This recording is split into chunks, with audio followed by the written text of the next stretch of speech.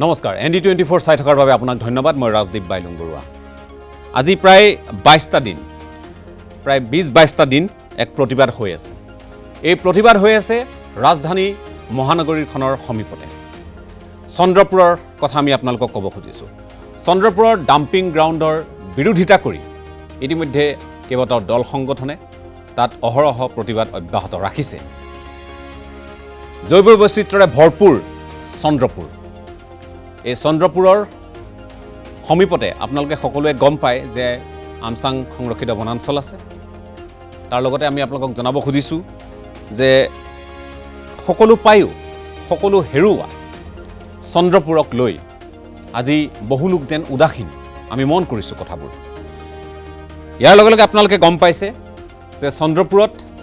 এসময়ত কি নাছিল সেই কথাখিনি আপোনালোকে সকলোৱে জানে তাপবিদ্যুৎ প্ৰকল্প হওক ফুটাকল হওক বা অসম ৰাজ্যিক সাৰ আৰু ৰাসায়নিক প্ৰকল্প সকলো বন্ধ হ'ল এসময়ৰ মহকুমাও নোহোৱা হ'ল নতুন এখন জিলাৰ অন্তৰ্ভুক্ত হৈছিল সেইখিনিও তাতেই শেষ হ'ল এতিয়া এই লোকসকল মূলতঃ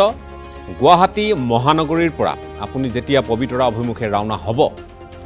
চন্দ্ৰপুৰ মাজত যেতিয়া পাব আপোনাৰ সকলো অৱসাদ যেন দূৰ হয় আৰু আপুনি এক নিৰ্মল আনন্দ উপভোগ কৰে গুৱাহাটীবাসীয়ে যেতিয়াই নিজৰ সেই অৱসাদ দূৰ কৰিবলৈ হয় যেতিয়া সুন্দৰ ছবি কিছু তেওঁলোকে বা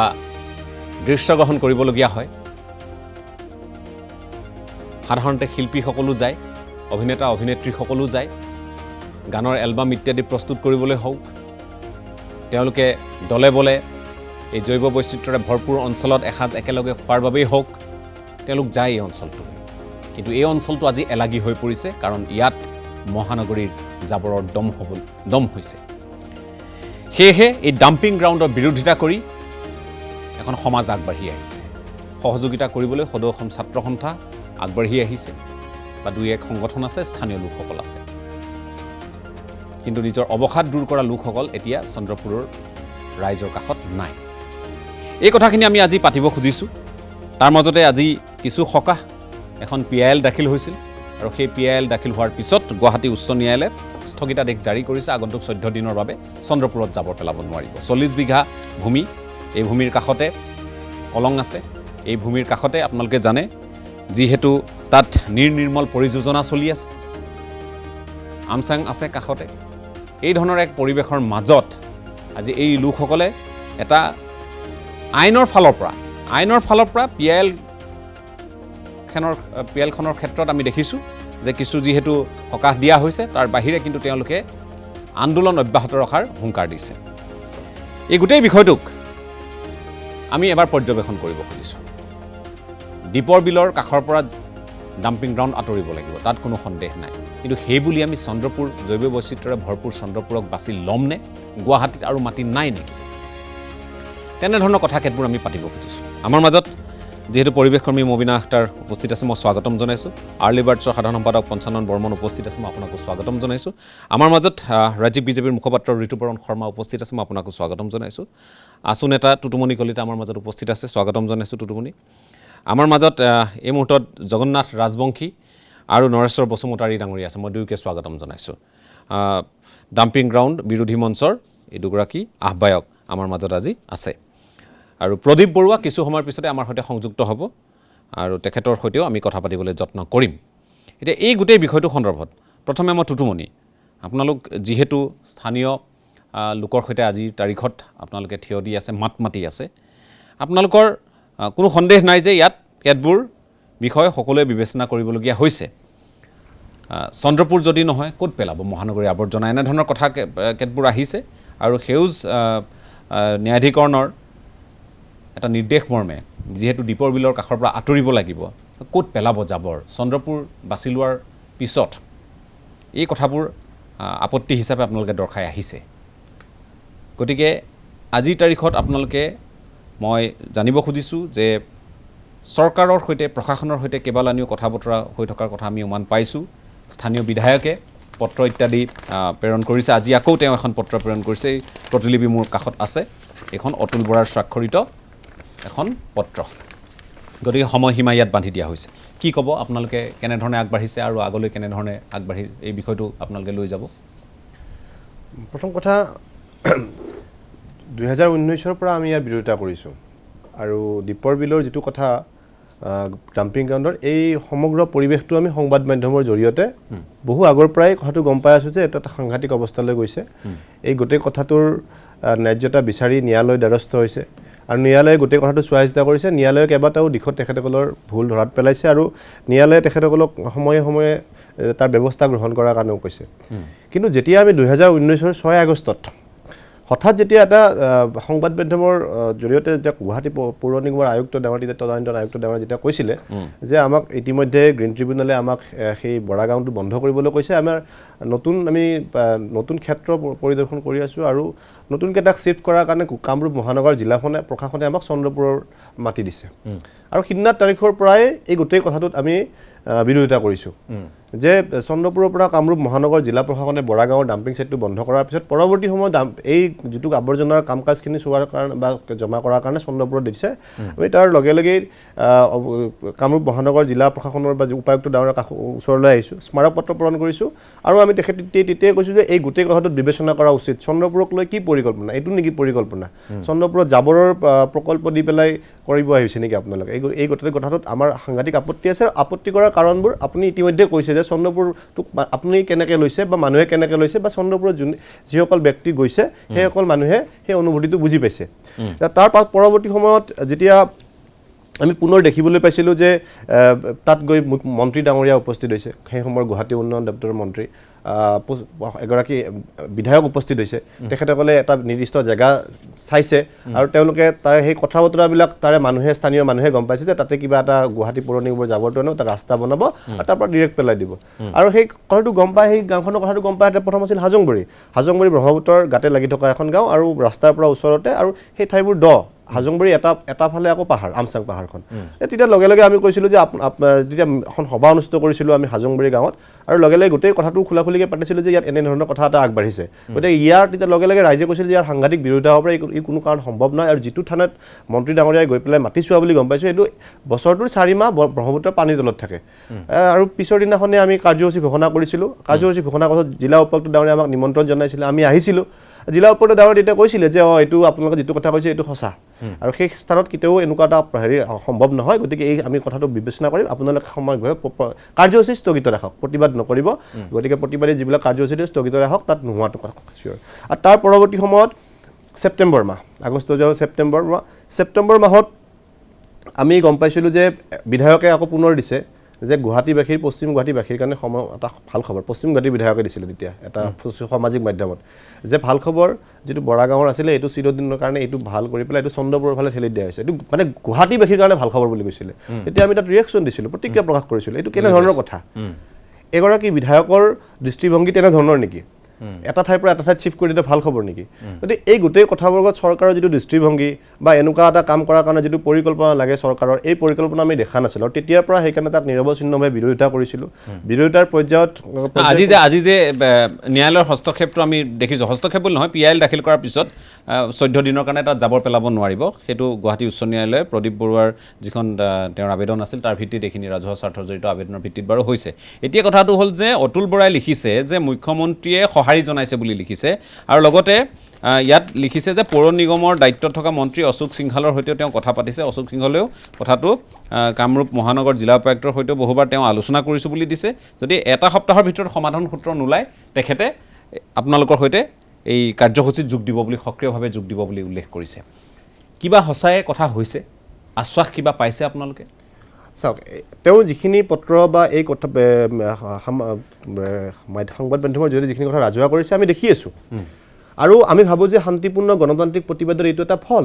যাৰ কাৰণে বিধায়ক ডাঙৰীয়াই এই গোটেই কথাটোত ৰাইজৰ পক্ষত থাকি অৱস্থিতি লোৱা বুলি আমাক 2019 চনত তেওঁ যেতিয়া বিধায়ক আছিল তেতিয়াই ৰাইজৰ সভাত গৈ পেলাই তেওঁ ৰাজহুৱাকৈ কৈছিলে যে মই ৰাইজৰ লগত আছোঁ চন্দ্ৰপুৰৰ ৰাইজৰ লগত আছোঁ চন্দ্ৰপুৰক মই অন্য ধৰণে পৰিকল্পনা কৰোঁ চন্দ্ৰপুৰক মই অন্য ধৰণে উন্নয়ন কৰাৰ কথাটো ভাবোঁ গতিকে এই কথাটো ইয়াত হ'ব নোৱাৰে সেই সময়তো কৈছিল কিন্তু এতিয়া দেখিছোঁ 2021 চনৰ যেতিয়া 26 জুনত কোনো ধৰণৰ আলোচনা বিলোচনা নোহোৱাকৈ যেতিয়া জাবৰ যোৱা কামটো আৰম্ভ হৈছিল তেতিয়া আমি বিধায়ক ডাঙৰীয়াক ক্ষুৰধাৰ সমালোচনা কৰিছিলোঁ তেওঁ কৈছিলোঁ যে আপুনি তেতিয়া বিধায়ক থাকোঁতে বলিষ্ঠ ভূমিকা লোৱা নাছিলে আজি তাৰ কাৰণে এইটো ফল হৈছে আৰু তেওঁ এতিয়া আমি সদ্যহতে দেখিবলৈ পাইছোঁ তেওঁ এটা ভূমিকা গ্ৰহণ কৰিছে যাৰ কাৰণে মুখ্যমন্ত্ৰী ডাঙৰীয়াই স্বয়ং তেওঁৰ বাসগৃহলৈ যোৱা বুলি তেওঁ ৰাজহুৱা কৰিছে মুখ্যমন্ত্ৰী ডাঙৰীয়াৰ লগত তেওঁ ডাম্পিং গ্ৰাউণ্ডৰ বিৰোধিতা কৰি ৰাইজৰ পক্ষতে কথা পতা বুলি কৈছে মুখ্যমন্ত্ৰী ডাঙৰীয়াই তেওঁৰ কথাত সহযোগিতা কৰা বুলি কৈছে আৰু আজি আমি দেখিবলৈ পাইছোঁ যে তেওঁ আকৌ কৈছে যে আহ্বায়ক মণ্ডলীকো আমাৰ তেওঁ পত্ৰ প্ৰেৰণ কৰিছে যে আপোনালোকে যিবোৰ কথা দাবী উত্থাপন কৰিছে যিবোৰ পত্ৰ মোলৈ প্ৰেৰণ কৰিছে ইয়াৰ আন্দোলন প্ৰত্যাহাৰ কৰিবলৈ কৈছে নেকি আন্দোলন প্ৰত্যাহাৰ কৰা কোৱা নাই তেওঁ সক্ৰিয়ভাৱে যোগহে দিম বুলি কৈছে যদিহে এসপ্তাহত সিদ্ধান্ত নহয় ববিন আখতাৰ মই আপোনাৰ কাষলৈ আহিছোঁ গতিকে আমি পৰিৱেশ সংক্ৰান্তীয় কথাবোৰ আমি সকলোৱে গুৰুত্ব দিবই লাগিব যাৰ পৰিপ্ৰেক্ষিতত সেউজ ন্যায়াধিকৰণে আজিৰ তাৰিখত আমি বৰাগাঁৱৰ যি বা দীপৰ বিলৰ কাষৰ দীপৰ বিল প্ৰদূষিত কৰিব পৰা বা এনেধৰণৰ কথাবোৰ যিহেতু চৰ্চালৈ আহিছিল আৰু দীৰ্ঘদিনীয়া এক যুঁজৰ অন্তত আমি দেখিলোঁ যে বৰাগাঁৱৰ পৰা সেই ডাম্পিং গ্ৰাউণ্ড আঁতৰিব আৰু কিন্তু আহিল ক'লৈ জৈৱ বৈচিত্ৰ্যৰে ভৰপূৰ আন এটা অঞ্চল চন্দ্ৰপুৰলৈ গতিকে আপোনালোকে এই বিষয়টো কেনেধৰণৰ পৰ্যবেক্ষণ কৰিছে প্ৰথমৰ পৰাই আচলতে যিদিনাখন মই প্ৰথমতে ফোন পাইছোঁ 28 তাৰিখ আছিল যে সেইদিনাখন ট্ৰাকবোৰ যাব আৰু সেইকাৰণে ৰাইজে ব্লক কৰিবৰ কাৰণে সকলো মানে মাৰ বান্ধি থিয় হৈছে তেতিয়া মই নাছিলোঁ মই গোলাঘাটত আছিলোঁ গৈ আছিলোঁ তো সেই মুহূৰ্তত মই এনেকুৱা লাগিছে যে মই কিয় তাত নাই এনেকুৱা মানে শুনি পেলাই এই কথাটো মানে সহ্য হোৱা নাই প্ৰথম কথা চাওক আমি দীপৰ বিল বন্যপ্ৰাণী অভয়াৰণ্য এইখনৰ ৰক্ষাৰ কাৰণে তাৰ পৰা সদায় আমি জোৰ দি আছিলোঁ যে এইখন তাৰ পৰা প্ৰত্যাহাৰ কৰিব লাগে ডাম্পিং গ্ৰাউণ্ড উঠাব লাগে তাৰপিছত সেই তাৰ পৰা যেতিয়া উঠাব আৰু সেইটো আজিৰ কথা নহয় 2006 চনৰ পৰা সেইটো চলি আছিল আৰু চলি আছিল কেনেকৈ আচলতে উঠোৱা তাত কোনো ধৰণৰ MSW 2016 যিখন ৰুলছ আছে তাৰ কোনো ধৰণৰ নিয়ম তাত পালন কৰা হোৱা নাছিল গতিকে কোনো জাবৰৰ ছলিড ৱেষ্ট কোনো ধৰণৰ ছেগ্ৰিগেশ্যন নাই তেনেকৈ আচলতে চিৱেজৰ ট্ৰিটমেণ্ট নাই একো ধৰণৰ ট্ৰিটমেণ্টেই নাই তেনেকৈ চলি আছিল যিটো কাৰণে সেই নদী তাৰ ৱেটলেণ্ডৰ পৰা আৰম্ভ কৰি তাৰ জৈৱ বৈচিত্ৰ্য সকলোৰে প্ৰতি সাংঘাতিক সংকট নামি আহিছিল একেটা কথাই এতিয়া দেখিছোঁ যে সেইটো চন্দ্ৰপুৰত হ'বলৈ গৈ আছে আৰু মই যেতিয়া ঘূৰি আহিলোঁ আহি পেলাই মই বোধহয় 1 জুলাইত নেকি 1 নে 2 জুলাইত মই গ'লোঁ তালৈ গৈ পেলাই দেখিলোঁ টুটুমণিহঁতে আমাক একদম সেই য'ত জাবৰবোৰ পেলাইছে তালৈকে গ'লোঁ চকুৰ পানী ওলাই গৈছে মোৰ যে ইমান ধুনীয়া সেই পৰিৱেশটো এনেওতো চন্দ্ৰপুৰলৈ প্ৰতি শনিবাৰ দেওবাৰে আমি অহা যোৱা কৰিয়ে থাকোঁ তাৰপিছত সেইদিনাখন যেতিয়া গৈছোঁ হেল্ল' অ'কে যেতিয়া সেইদিনাখন গৈছোঁ তেতিয়া আপোনাৰ দেখিছোঁ যে জাবৰবোৰ আনি পেলাই কেৱল মানে পেলাই দিয়া হৈছে সিঁচৰিত হৈ আছে কোনোবা বাঁহ গছৰ জোপোহাৰ ওপৰত সাধাৰণ হেৰিৰ ওপৰত আৰু এই আপুনি য'ত পেলাইছে আপুনি জানে যে সেই যিটো থাৰ্মেল প্ৰজেক্টটো আছিল সেই ঠাইটুকুৰা হৈছে এটা হিল এটা ফৰেষ্টেড হিল হয় আৰু তাৰ তলতে কলং নদীখন আৰু সিটো পাৰে তাৰ পৰা এটা ৱাটাৰ ট্ৰিটমেণ্ট প্লেণ্ট এটা দেখিছোঁ তাৰ পৰা বোধহয় পানী যোগান দিয়া হয় তো এইখিনি এজাক বৰষুণতে সেইখিনি বস্তু তললৈ গুচি যাব গৈ নদীত পৰিবগৈ জনস্বাস্থ্যৰ কাৰণে এইটো এটা অশনি সংকেত তদুপৰি আপোনাৰ আমচাংখন কিছু দূৰ পাৰ হ'লে ৰেল লাইনটো পাৰ হ'লে আমচাংখন আৰু তাৰ পৰা যিটো পলিউশ্যন হ'ব এয়াৰ হওক সেইটোৱে গৈ পেলাই পবিতৰাকটো এফেক্ট কৰিব আৰু আপুনি চাওক যে যিটো MSW ৰুলছ আছে 2016ৰ সেই ৰুলছটোত কি কোৱা হৈছে যে আমি যদি এটা ডাম্পিং সাইট নহয় লেণ্ডফিল বনোৱাৰ কথা কৈছে যে প্ৰথমতে আমি তাত আচলতে গোটেই কংক্ৰিটাইজ কৰিম যাতে তাত কোনো ধৰণে মানে সেই লেতেৰা জাবৰৰ পৰা পানী গৈ যাতে ভিতৰত চইলত নোসোমায় মানে নহৰকে যাতে পানীটো গতিকে তাক আমি তেনেকুৱা ধৰণে এটা ব্যৱস্থা কৰি পেলাই তাৰ পাছতে আমি জাবৰবোৰ পেলাম আৰু কোনবোৰ জাবৰ পেলাম সেইবোৰ বিভিন্ন ধৰণে ছেগ্ৰিগেট কৰিব উৎসতে বা তাতে সেই লেণ্ডফিলটোতে হয়তো ছেগ্ৰিগেট কৰা হ'ব কিন্তু তাততো তেনেকুৱা কোনো ব্যৱস্থা নাই কেৱল ট্ৰাককেইখনে গৈ পেলাই খুলি দিছে আৰু জাবৰবোৰ তাৰ পৰা পেলাইছে তে তাত হয়তো হস্পিটেলৰ ৱেষ্ট আছে বিভিন্ন ধৰণৰ লিথিয়াম বেটাৰীৰ পৰা হয়তো আৰম্ভ কৰি সাংঘাতিক টক্সিক এলিমেণ্টছ থাকিব খোৱা বোৱা এইবোৰ প্লাষ্টিক এইবোৰতো আছে এতিয়া আমচাঙৰ হাতীকেইটাৰ পৰা নাহৰ ফুটুকিলৈকে চব আহে সেইফালে দিয়ে সেইটো এতিয়া সিহঁতে যেতিয়া ডাম্পিং ছাইটখন পাব তেতিয়া সিহঁতে তাত খোৱা আৰম্ভ কৰিব খোৱা আৰম্ভ কৰাৰ লগে লগে সিহঁতৰ পেটলৈ হয়তো প্লাষ্টিক যাব এনেকুৱা ধৰণৰ সেইবোৰ কথা পিছত আহিব প্ৰথম কথাটো আহিব যে এই মানুহখিনি এই কাষে পাজৰে যে 14খনমান গাঁও আছে এই মানুহখিনিৰ ভৱিষ্যতটো কি হ'বলৈ গৈ আছে যে সেইবোৰ গৈ আৰু এটা মই কথা কওঁ আমি সকলোৱে যাওঁ চন্দ্ৰপুৰ তাৰপাছত আমি পবিতৰালৈ যাওঁ আমি এতিয়া আপোনাৰ টুৰিষ্ট ছিজন যদি ভগৱানে কয় চব ঠিক ঠাকে থাকে হয়তো অক্টোবৰৰ পৰা পবিতৰালৈ যোৱা পৰ্যটকৰ শাৰী দীঘলীয়া শাৰী আৰম্ভ হ'ব কিন্তু এতিয়া কি হ'ব যেতিয়া এই ডাম্পিং সাইট হৈ গৈছে তাৰ পিছে পিছে যেতিয়া আপোনাৰ গুৱাহাটীৰ পৰা এই 10খন 20খন 30খন ট্ৰাকৰ লানি চলি থাকিব জাবৰ কঢ়িয়া আমাৰ পৰ্যটকসকল ধৰি লওক অসমৰ বাহিৰৰ ভাৰতৰ বাহিৰৰ তেওঁলোকে কি সেই জাবৰৰ ট্ৰাকৰ পিছে পিছে পবিতৰালৈ যাব নেকি সেইটো এটা মোৰ প্ৰশ্ন যিসকলে এই কথাটো কৈছে তেওঁলোকলে মোৰ সেইটো এটা ঠিক আছে মই যেহেতু আমাৰ মাজত শাসকীয় দলৰ মুখপাত্ৰগৰাকী আছে ঋতুপৰ্ণ শৰ্মা মই আপোনাৰ কাষলৈ আহিছোঁ এই কথাখিনি ৰাইজে সাংঘাতিক আপত্তি কৰি আছে প্ৰতিবাদ কৰি আছে সদৌ অসম ছাত্ৰ সন্থাৰ পৰা আদি কৰি স্থানীয় লোক সকলো ওলাই আহিছে আৰু আটাইতকৈ ডাঙৰ কথাটো হৈছে দিছপুৰ বিধানসভা সমষ্টিৰ ভিতৰত আটাইতকৈ যদি আমি সামগ্ৰিকভাৱে আমি কম ভোটাৰ থকা অঞ্চল বুলি কওঁ প্ৰায় 37,000 মান ভোটাৰ সেই অঞ্চলটোত আছে বাকী সোণাপুৰত আছে লাখৰ ওপৰত গুৱাহাটী মহানগৰ অন্তৰ্ভুক্ত যিখিনি অঞ্চল দিছপুৰ সমষ্টিৰ ভিতৰত পৰে তাতো লাখৰ ওপৰত ভোটাৰ আছে কিন্তু অতিকে কম ভোটাৰ আছে সেই অঞ্চলটোত আৰু আটাইতকৈ তাৎপৰ্যপূৰ্ণ দিশ হৈছে যে তাত খিলঞ্জীয়া লোকসকলৰ আটাইতকৈ বসতি বেছি এতিয়া এই লোকসকলক কি কাৰণে এনেধৰণৰ এটা প্ৰদূষিত ব্যৱস্থাৰ মাজলৈ ঠেলি দিব খোজা হৈছে ৰাইজ যথেষ্ট ক্ষোভিত আৰু মুখ্যমন্ত্ৰীয়ে যদিও বা কথাখিনি কৈছে কিন্তু আজি PILৰ ভিত্তিত বাৰু এটা হৈছে ঠিক আছে কিন্তু এওঁলোক আঁতৰিব খোজা নাই মোৰ যদি ভুল হোৱা নাই আন্দোলন অব্যাহত ৰখাৰ কথা কোৱা হৈছে 14 দিন এটা সমাধান সূত্ৰ নিশ্চয় নহয় গতিকে আপোনালোকে চৰকাৰে কি ভাবিছে এই গোটেই বিষয়টোক লৈ ধন্যবাদ ৰাজদীপ যদিও মই আজি ভাৰতীয় জনতা পাৰ্টিৰ মুখপাত্ৰ হিচাপে বা চৰকাৰক প্ৰতিনিধিত্ব কৰি ইয়াত আছোঁ কিন্তু মই চৰকাৰ বা দলৰ পিছত প্ৰথম হ'ল যে মই ৰাইজৰ যুক্তিসংগত কথাত মোৰ দৃষ্টিভংগী কি সেইটো মই স্পষ্টকৈ কোৱাটো উচিত বুলি মই ভাবোঁ কাৰণ ৰাইজৰ ঊৰ্ধত কোনো হ'ব নোৱাৰে যিটো আমি মৰ্মে বিশ্বাস কৰোঁ আৰু আপুনি আপোনাৰ আৰম্ভণিৰ বক্তব্যতে খুব সুন্দৰকৈ বিশ্লেষণ কৰিছে যে কিয়নো চন্দ্ৰপুৰ ডাম্পিং গ্ৰাউণ্ডৰ কাৰণে বা সেই নিৰ্দিষ্ট ঠাইডোখৰ ডাম্পিং গ্ৰাউণ্ডৰ কাৰণে উপযুক্ত নহয় আজি গ্ৰীণ ট্ৰাইব্যুনেলৰ নিৰ্দেশ মৰ্মে দীপৰ বিলৰ পৰা নিশ্চিতভাৱে চৰকাৰক যেতিয়া আদেশ দিয়া হ'ল যে আপোনালোকে ঠাই সলনি কৰক চৰকাৰখনে বা GMCHয়ে হয়তো বিকল্প সন্ধান তেখেতসকলে আৰম্ভ কৰিলে আৰু মই নাজানো তেওঁলোকৰ দৃষ্টিত কি তেখেতসকলে আলোচনা বিলোচনা হওক বা পৰ্যালোচনাই হওক বা বিভিন্ন ঠাই নিৰীক্ষণ কৰিলে নে নকৰিলে মই নাজানো আল্টিমেটলি তেখেতসকলে সিদ্ধান্ত ল'লে যে চন্দ্ৰপুৰৰ সেই নিৰ্দিষ্ট ঠাইডোখৰত ডাম্পিং গ্ৰাউণ্ড হ'ব লাগে আৰু ইতিমধ্যে এই কথাটো গম পোৱাৰ পিছতে ৰাইজে যি ধৰণেৰে প্ৰথম অৱস্থাত স্থানীয় ৰাইজ আৰু পৰৱৰ্তী অৱস্থাত এই কথাটোৰ গুৰুত্ব উপলব্ধি কৰি বিভিন্ন দল সংগঠনেও ৰাইজৰ লগত সহযোগিতা প্ৰকাশ কৰিছে আৰু সবাতোতকৈ ডাঙৰ বিষয়টো হ'ল যে সেই অঞ্চলৰ যিগৰাকী নিৰ্বাচিত প্ৰতিনিধি সন্মানীয় বিধায়ক অতুল বৰা আপুনি পত্ৰখনৰ কথা উল্লেখ কৰিছে তেখেতে ৰাইজৰ পক্ষত থাকি এই কথাটো ৰাইজক কৈছে যে মই মুখ্যমন্ত্ৰীক অৱগত কৰিছোঁ অৰ্থাৎ চৰকাৰৰ মুৰব্বীগৰাকীক অৱগত কৰিছোঁ আৰু নিশ্চিতভাৱে মই আপোনালোকৰ পক্ষত থাকি মই চৰকাৰৰ এই সিদ্ধান্তটোৰ বিৰোধিতা কৰি যাম তেওঁ সেই কথাটোকে সূচাইছে আৰু মোৰ নিজৰ বিশ্বাস যে মই 100% ৰাইজৰ এই গোটেই আন্দোলনটো বা এই গোটেই প্ৰতিবাদটোত মোৰ সহমৰ্মিতা মই প্ৰকাশ এই কাৰণে কৰিম যে কোনেও নিবিচাৰে ময়ো নিবিচাৰোঁ যে মোৰ ঘৰৰ ওচৰত মোৰ অঞ্চলত মোৰ চুবুৰীটোত বা মোৰ কাষত যদি আজি এনেকুৱা এটা মানে অস্বাস্থ্যকৰ অসুৰক্ষিত পৰিৱেশ এটা হয় য'ত ইতিমধ্যে মবিনা আক্তাৰ ডাঙৰীয়ানীয়ে কৈছে যে আজি ডাম্পিং এই মেটেৰিয়েলখিনিৰ পৰা কিমান স্বাস্থ্যজনিত আমাৰ অসুবিধা হ'ব পাৰে বাকী কথাবিলাকতো আছেই বাকী টুৰিষ্টৰ কথা আহিছে গোটেইখিনি কথা বিশ্লেষণ হৈছে মই দোহৰাৰ প্ৰয়োজন অনুভৱ কৰা নাই গতিকে কোনেও নিবিচাৰে কিন্তু এটা কথা আমি মনত ৰাখিব লাগিব যে গুৱাহাটীবাসী হিচাপে গুৱাহাটী মানে অসমৰ ৰাজধানী মহানগৰখনৰ এই জাবৰ জোঁথৰসমূহ বিজ্ঞানসন্মতভাৱে নিষ্কাশন কৰি প্ৰকৃতভাৱে তাক প্ৰকৃত জাগাত যাতে এটা ডিছপ'জ কৰাৰ যিটো ব্যৱস্থা সেই ব্যৱস্থাটো এটা নিৰ্দিষ্ট কোনোবা নহয় কোনোবা জেগাত কৰিব লাগিব সেই জেগাটো ক'ত সেই জেগা উলিয়াবলৈ যাওঁতে হয়তো আমি এই ধৰণৰ কথা বিশ্লেষণ আগতীয়াকৈ কৰাৰ প্ৰয়োজন আছিল কাৰণ যদি তেনেকুৱা এটা নিশ্চিতভাৱে আছিল মই সেই সময়তো যিসকলে এই সিদ্ধান্তটো ল'লে তেখেতসকলে ইমান দূৰ চিন্তা কৰিছে নে মই নাজানো যদি কৰা নাই তেনেহ'লে সেইটো দুৰ্ভাগ্য কাৰণ কৰাটো উচিত আছিল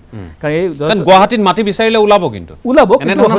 হয়তো তেনেকুৱা ধৰণৰ মাটি আছে য'ত ডাম্পিং গ্ৰাউণ্ড ওলাব হয় কিন্তু এতিয়া জনবসতিপূৰ্ণ আৰু জৈৱ বৈচিত্ৰ্যৰে ভৰপূৰ অঞ্চলে তাক নিৰ্বাচন কৰিলে আমি এই কথাটোকো যুক্তিসংগত হ'ব নোৱাৰে হয় ৰাজদীপ এই কথাটো নুই কৰিব নোৱাৰোঁ যে মোৰ বিশ্বাস যে ৰাইজক বাদ দিটো চৰকাৰ হ'ব নোৱাৰে সিদ্ধান্ত গতিকে চৰকাৰে বা GMCয়ে তেওঁলোকৰ সেই সময়ৰ সিদ্ধান্ত সেই বুলি উচিত বুলি ভাবি হয়তো সিদ্ধান্তটো ল'লে পৰৱৰ্তী এতিয়া পৰিপ্ৰেক্ষিতত মানে এই পৰিস্থিতিৰ পৰিপ্ৰেক্ষিতত হয়তো নিশ্চিতভাৱে ইয়াক লৈ আলোচনা হ'ব আৰু যিহেতু ইতিমধ্যে কথা গৈ পেলাই আইন পাইছেগৈ আজি যিটো PIL public interest litigation file হৈছে আইনৰ মজিয়াত পাইছেগৈ আৰু 14 দিনৰ ষ্টে আহিছে গতিকে আইনে যে ষ্টে দিছে নিশ্চয় এটা যুক্তিসংগত কাৰণ হয়তো আইনে বিচাৰি পাইছে বা কাইলৈ হয়তো এই কথাটো আইনৰ দ্বাৰাও আহিব পাৰে সেইটো এটা সুকীয়া বিষয় তৎসত্ত্বেও মই পুনৰ দোহাৰিম মই চৰকাৰকো আহ্বান জনাম যে এই কথাটো এটা শুদ্ধ বিশ্লেষণ হওক যে ৰাইজে এনেইতো প্ৰতিবাদ কৰা নাই বা বিভিন্ন দল সংগঠন ৰাজ্য সংযোগ এনেই দিয়া নাই তাত যথেষ্ট যুক্তিসংগত কথা আছে গতিকে মই ভাবোঁ যে এটা যথেষ্ট সংবেদনশীল চৰকাৰ হিচাপে আমাৰ চৰকাৰখন এনেকুৱা নহয় যে কিবা এটা কথাত আকুৰগুজ হৈ সিদ্ধান্ত চৰকাৰে লৈছে ৰাইজৰ পক্ষত সিদ্ধান্ত প্ৰশাসনৰ কথাবিলাক এনেকুৱা ৰাজনৈতিক সিদ্ধান্ত এটা প্ৰশাসনে ইমপ্লিমেণ্ট কৰে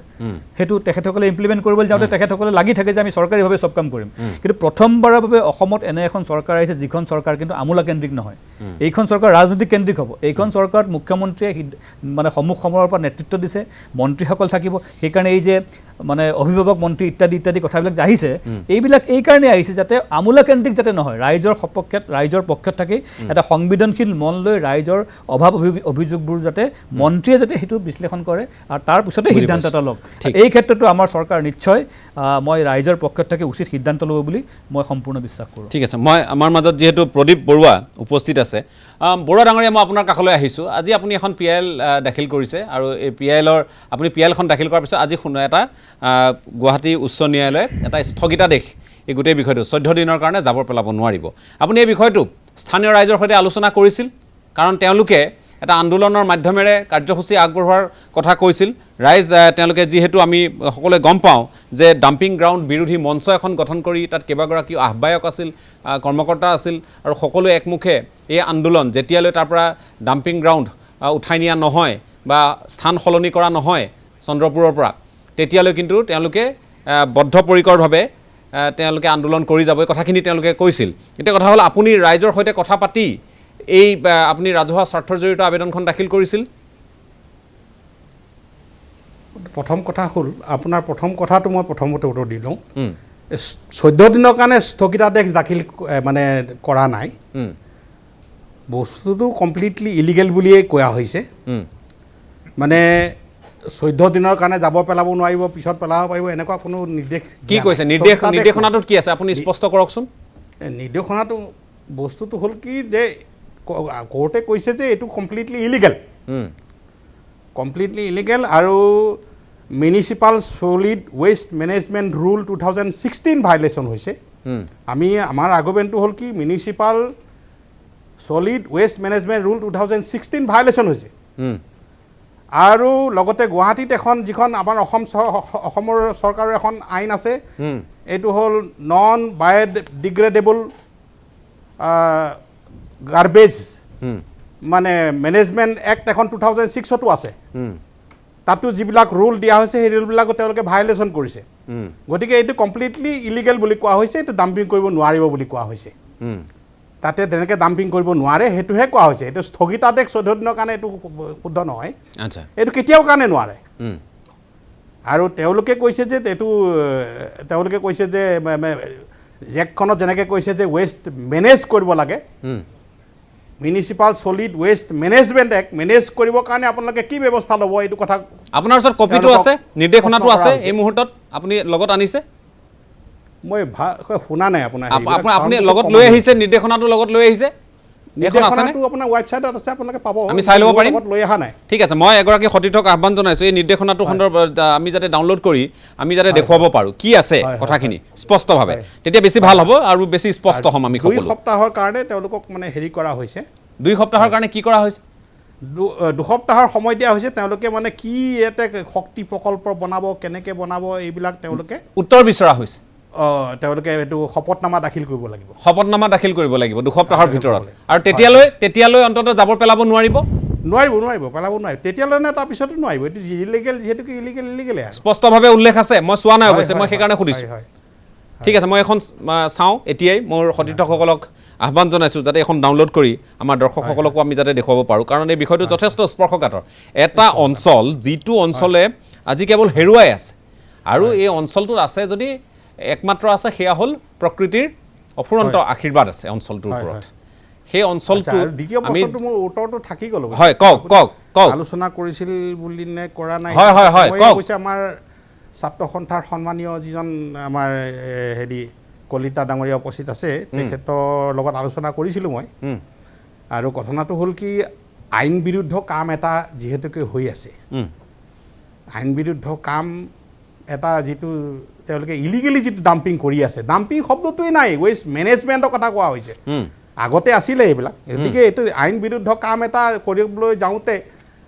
এইটো আইনৰ আশ্ৰয় ল'ব আমি লাগিব, কাৰণ যিসকল ছাত্ৰ ছাত্ৰী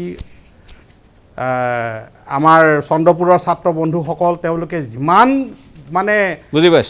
আন্দোলন কৰি আছে আৰু লগতে চৰকাৰে আইন বিৰুদ্ধভাৱে তেওঁলোকক মাৰ কিল কৰি মানে 14জন নে 13জন আহতও হৈছে।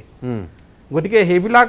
আইন বিৰুদ্ধ কাম এটা তাৰপিছত আকৌ পুলিচ মিলিটেৰী লগাই পেলাই কৰিছে। গতিকে সেই বিষয়ত মই আমাৰ ছাত্ৰ সন্থাৰ সন্মানীয় আমাৰ টুটুমণি কলিতা ডাঙৰীয়াৰ লগত আলোচনা কৰিছিলোঁ। তেখেতৰ পৰা মুখ্যমন্ত্ৰীলৈ যিখন পত্ৰ প্ৰেৰণ কৰা হৈছে তাৰ কপিও মই বিচাৰিছিলোঁ আৰু সেইবিলাকো আমি কোৰ্টত দিছোঁ। ঠিক আছে, আৰু এনে ৰাজহুৱাভাৱে মই একো আলোচনা কৰা নাই। ঠিক আছে, ৰাজহুৱাভাৱে একো আলোচনা কৰা নাই। যি কি নহওক, আপুনি ৰাইজৰ স্বাৰ্থতে, অঞ্চলটোৰ স্বাৰ্থত বাৰু এখন আবেদন আপুনি দাখিল কৰিছে, তাৰ ওপৰত এই কথাখিনি মই আকৌ এবাৰ এইখন চাব খুজিম, এবাৰ ভালকৈ আমি দফাসমূহ তেতিয়া স্পষ্ট হ'ম। যি কি নহওক, আমি কথা পাতিব লাগিব আৰু এই গোটেই বিষয়টোৰ সন্দৰ্ভত। আমাৰ মাজত নৰেশ্বৰ বসুমতাৰী ডাঙৰীয়া উপস্থিত আছে। মই আপোনাক সুধিব খুজিছোঁ যে আপোনালোকে এতিয়া এখন মঞ্চও গঠন কৰি লৈছে, এই গোটেই বিষয়টোৰ ক্ষেত্ৰত আপোনালোক আগবাঢ়ি আহিছে। স্থানীয় লোকৰ ক্ষোভ এটা দিশতেই নহয়, কেইবাটাও কথা লৈ আছে। স্থানীয় বিধায়কে যিখিনি কথা কৈছে, আজি ৰাজহুৱা স্বাৰ্থজড়িত আবেদনৰ ভিত্তিত যিবোৰ কথা বতৰা হৈছে, এই কথাখিনিক লৈ আগন্তুক সময়ত আপোনালোকৰ ৰণনীতি কি হ'ব? মই প্ৰথমতে ধন্যবাদ জ্ঞাপন কৰিছোঁ বিজেপি দলৰ মুখপাত্ৰ মাননীয় বৰুৱা ডাঙৰীয়ালৈ। তেখেতে যে ৰাইজৰ ঋতুপৰণ শৰ্মা ডাঙৰীয়ালৈ যে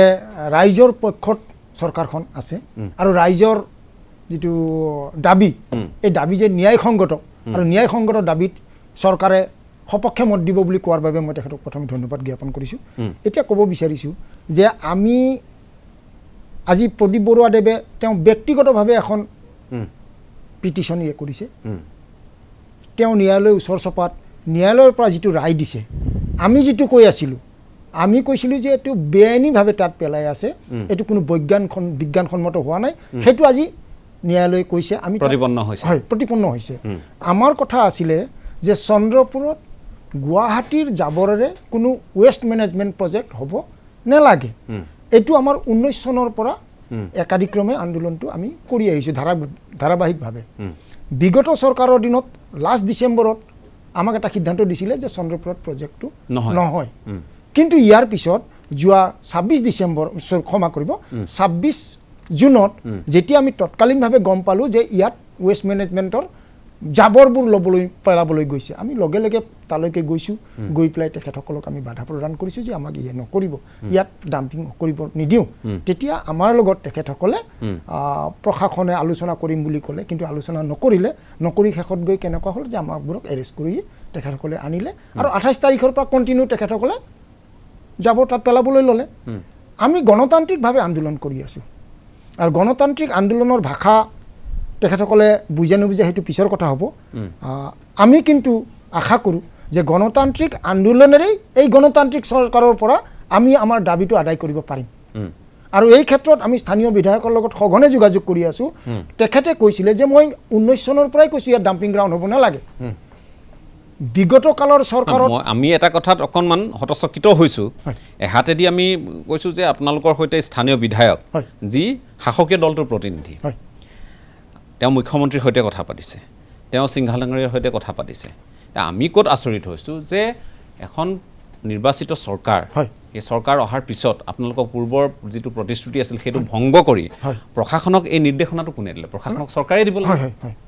যদি সকলো চৰকাৰী পক্ষৰ মানুহ আপোনালোকৰ লগতেই থাকে, এই নিৰ্দেশনাটো ওলাল কি? সেইকাৰণে আমি আচৰিত হৈছোঁ যে ইয়াৰ আগলৈকে আমাৰ লগত ইমান সুন্দৰভাৱে আলোচনা, মানে ধৰক সকলো পৰ্যায়লৈকে গ'লগৈ। শেষত গৈ আমি আশ্বস্ত হ'লোঁ যে আৰু নকৰে। কিন্তু কোনো আলোচনা নকৰাকৈ এই নতুন চৰকাৰ আহিয়েই দুমাহ নহওঁতে আমাক যিটো পৰ্যায়লৈ ঠেলি দিলে, আমি আচৰিত হ'লোঁ যে আমি মানে হিয়া উজাৰি ভোট দি বিজেপি চৰকাৰ কৰাৰ আমাৰ ফল এইটো হ'ল নেকি? যে আমি আজি আদৰেৰে মানে আঁকোৱালি অনা চৰকাৰখন, ৰাইজৰ চৰকাৰ বুলি আমি দাবী কৰা চৰকাৰখনে আমাক কি কৰিলে? আমাক এলাগি কৰিলে, আমাক জাবৰেৰে পুতিবলৈ ল'লে। আমি দুখিত। সেয়েহে আমি কৈছোঁ যে আমি আগন্তুক দিনলৈকে, যিদিনাখনলৈকে আমি ন্যায় নাপাম, ন্যায় মানে কোনটো? যে ইয়াত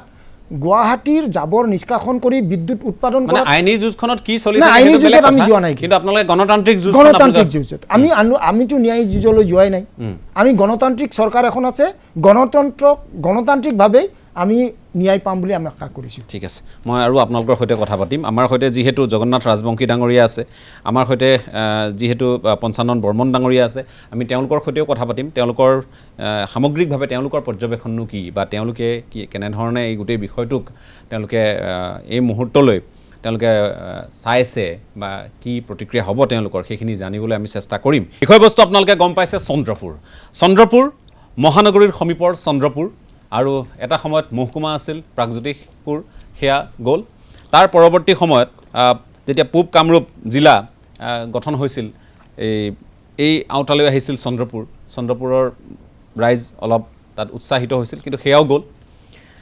তাৰ পূৰ্বৰে পৰা যি তাপবিদ্যুৎ প্ৰকল্প আছিল সেয়া বন্ধ হ'ল সূতাকল বন্ধ হ'ল অসম ৰাজ্যিক সাৰ আৰু ৰাসায়নিক প্ৰকল্প বন্ধ হ'ল আৰু সেউজীয়া ভূমি এই সেউজ ভূমিত সকলোৱে গৈ অকণমান মানসিক অৱসাদ দূৰ কৰাই নহয় তাৰ নৈসৰ্গিক যি শোভা আছে সেয়া সকলোৱে উপভোগ কৰে লগতে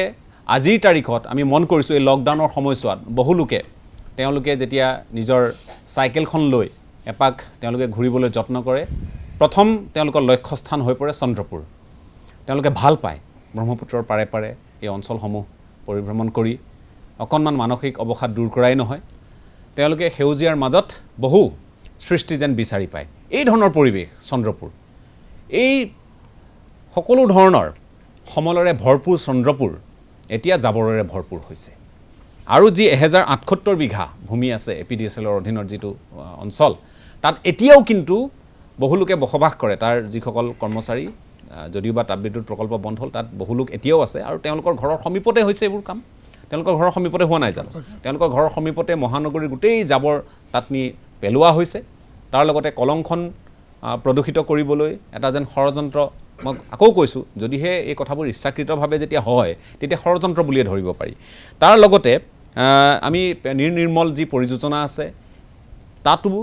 এই গোটেই বিষয়টোৱে অকণমান ক্ৰিয়া কৰিব সেই কথাখিনিও পৰিস্ফুট হৈছে মই আহিব খুজিছোঁ পঞ্চানন বৰ্মন আপোনাৰ কাষলৈ আপুনি এই গোটেই কথাখিনি সন্দৰ্ভত আপুনি নিশ্চয় মন কৰিছে যে কথাবোৰ বৰ ভাল হৈ থকা নাই ৰাইজ আজি যথেষ্ট ক্ষোভিত চন্দ্ৰপুৰৰ ৰাইজ আপুনি এই গোটেই বিষয়টো কেনেধৰণে পৰ্যবেক্ষণ কৰিছে আমি চন্দ্ৰপুৰক আজি উদ্ধাৰ কৰিবলৈ যেনেকৈ উঠি পৰি লাগিছোঁ ঠিক তেনেকৈ দীপৰ বিলখনকো আমি উদ্ধাৰ কৰিব লাগিব 2006 চনৰ পৰাই দীপৰ বিলত নিৰবিচ্ছিন্নভাৱে দীপৰ বিলৰ ওপৰত আঘাত সনা হৈছে দীপৰ বিলৰ যি জৈৱ বৈচিত্ৰ্য দীপৰ বিলৰ যি নৈসৰ্গিক শোভা দীপৰ বিলৰ যি এটা সুন্দৰ বাতাবৰণ সম্পূৰ্ণ ধ্বংসৰ গৰাহত আজি গোটেই আপোনালোকে জানে গোটেই ভাৰতবৰ্ষত প্ৰায় 42টা ৰামচাৰ সাইট আছে আৰু আমাৰ উত্তৰ পূৰ্বাঞ্চলত 3টা ৰামচাৰ সাইট আছে ৰামচাৰ সাইট এজন মানে ৰামচাৰ সাইট বুলি ক'লে পৃথিৱীৰ এটা উল্লেখযোগ্য স্থান দীপৰ বিল আমাৰ গোটেই অসমৰ প্ৰথমটো ৰামচাৰ সাইট ইয়াতে বিভিন্ন ধৰণৰ পৰিভ্ৰমী চৰাই আহে বিদেশৰ বিভিন্ন মানুহ ইয়াতে সেই চৰাই চিৰিকটি চাবলৈ আহে দীপৰ বিলে মানুহৰ মনত এক অনাবিল আনন্দ যোগাইছে গুৱাহাটীৰ মানে দাঁতিকাষৰীয়া অঞ্চল হিচাপে আপুনি যেনেকৈ চন্দ্ৰপুৰৰ কথা ক'লে দীপৰ বিলৰ এটা খুব সুন্দৰ এটা মানে মানুহৰ আনন্দৰ এটা কাৰণ দীপৰ বিলৰ পাৰলৈ বহুত মানুহ ফুৰিবলৈ যায় আবেলি যোনটো কৰিছে আপুনি চাইকেল চলাই চন্দ্ৰপুৰলৈকে যেনেকৈ যায় দীপৰ বিললৈকেও যায় আমি দীপৰ বিলত আৰ্লি বাৰ্ডছৰ যিখিনি কৰ্মকৰ্তা আছে আমি হাৰগিলা তাত গণনা কৰিবলৈ গৈছোঁ হাৰগিলা গণনা কৰিবলৈ যাওঁতে দীপৰ বিলৰ যিখিনি পৰিৱেশ পৰিস্থিতি আপুনি দেখিলে চকু পানী ওলাই যাব তাতে যিখিনি জৈৱ বৈচিত্ৰ্যৰ যিখিনি সমল প্ৰায় শেষ কৰি পেলোৱা হৈছে দীপৰ বিলৰ সেই ডাম্পিং গ্ৰাউণ্ডৰ ওচৰতে Indian institute of advance science and technology আৰু আছাম ইনষ্টিটিউট অফ মেনেজমেণ্ট দুখন উচ্চ শিক্ষাৰ প্ৰতিষ্ঠান তাত আছে তাৰে ছাত্ৰ ছাত্ৰীসকলে দীপৰ বিলৰ এই যিখিনি ডাম্পিং গ্ৰাউণ্ডৰ যিখিনি আৱৰ্জনা তাৰে গোন্ধত ক্লাছ কৰিব নোৱাৰে সেই বিষয়ে আগতেও মই দুবাৰমান কৈছোঁ মানে সামাজিক মাধ্যমৰ জৰিয়তে গতিকে এই যিটো দীপৰ বিল বচাবলৈ প্ৰায় 2016 চনত এডভোকেট ৰোহিত চৌধুৰী গ্ৰীণ ট্ৰিবিউনেলত তেওঁ প্ৰথমখন আবেদন তেওঁ দাখিল কৰিছিল আৰু সেইটোৰ পৰিপ্ৰেক্ষিততে সোনকাল গ্ৰীণ ট্ৰিবিউনেলৰ এই যিখিনি তেওঁলোকৰ যিখিনি জাজমেণ্ট দিছে তাৰ ওপৰত বেছ কৰি সোনকাল তেওঁলোকে এই দীপৰ বিলক মুক্ত কৰাৰ কাৰণে খুব চেষ্টা কৰিছে আৰু মই বৰ্তমান যিখন নৱনিৰ্বাচিত যিখন চৰকাৰক মই প্ৰথমতে ধন্যবাদ জ্ঞাপন কৰিছোঁ কাৰণ এই চৰকাৰখন নিৰ্বাচিত হৈ আহিয়ে ৰাইমনাক ৰাষ্ট্ৰীয় উদ্যানৰ স্বীকৃতি প্ৰদান কৰিলে দিহিং পাটকাইক এক সুন্দৰ স্বীকৃতি প্ৰদান কৰিলে গতিকে পৰিৱেশৰ ক্ষেত্ৰত তেওঁলোকৰ যোনটো মনোভাৱ আমি আৰম্ভণিতে দেখা পাইছোঁ এইটো যথেষ্ট শলাগিবলগীয়া ঠিক তেনেকৈ দীপৰ বিলকো যি এটা সুন্দৰ এটা বাতাবৰণ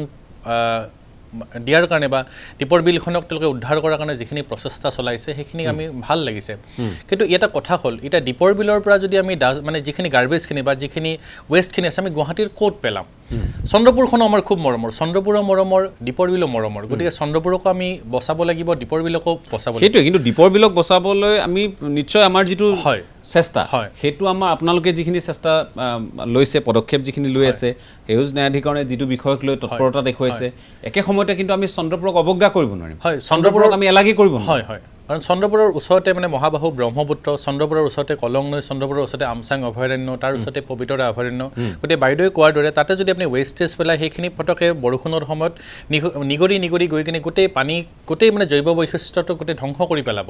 মোৰ চৰকাৰক বা প্ৰশাসনক এইটো ক্ষেত্ৰত এটাই অনুৰোধ যে তেওঁলোকে যিখিনি স্থানৰ ক্ষেত্ৰত সুপৰিকল্পিতভাৱে যোনটো ছলিড ৱেষ্ট মেনেজমেণ্ট এই ছলিড ৱেষ্টখিনি তেওঁলোকে বিজ্ঞানসন্মতভাৱে কেনেকৈ নিষ্কাশন কৰিব পাৰে সেইটোৰ ওপৰত প্ৰথমতে বিচাৰ বিবেচনা কৰি চাওক তাৰ এটা প্ৰণালীবদ্ধ অধ্যয়ন কৰি কিনে এই যে ছলিড ৱেষ্টখিনিৰ পৰা যিখিনি তেওঁলোকে সাৰৰ উৎপাদন বা যিখিনি শক্তিৰ উৎপাদন কৰিম বুলি কৈছে সেইবিলাক আগতে চাইণ্টিফিক ৱেত কেনেকৈ কি কৰিব পৰা যায় সেইখিনি আগতে থিৰাং কৰি ল'ব লাগিব তাৰপিছতহে তেওঁলোকে এটা ঠাই এটা নিৰ্বাচন কৰি কিনে তেওঁলোকে আগবাঢ়িব লাগিব মই সেইটো কথাহে ক'ব খুজিছোঁ যে তাতে যিখিনি কথা বতৰা চলিছিল যে ষ্টেডিয়াম হ'ব তাতে এটা কথা হৈছিল যে তাতে এটা গেছ বেছড পাৱাৰ প্লাণ্ট হ'ব 250 মেগাৱাটৰ এই কথাবোৰ এইটো তেওঁলোকে পাৱাৰ পইণ্ট প্ৰেজেণ্টেশ্যন দিছে কৰিছে 2020 অক্টোবৰত তেখেতসকলে এখন সভা অনুষ্ঠিত কৰি দিছপুৰ সমষ্টিৰ বিধায়কক লগত ৰাখিছিলে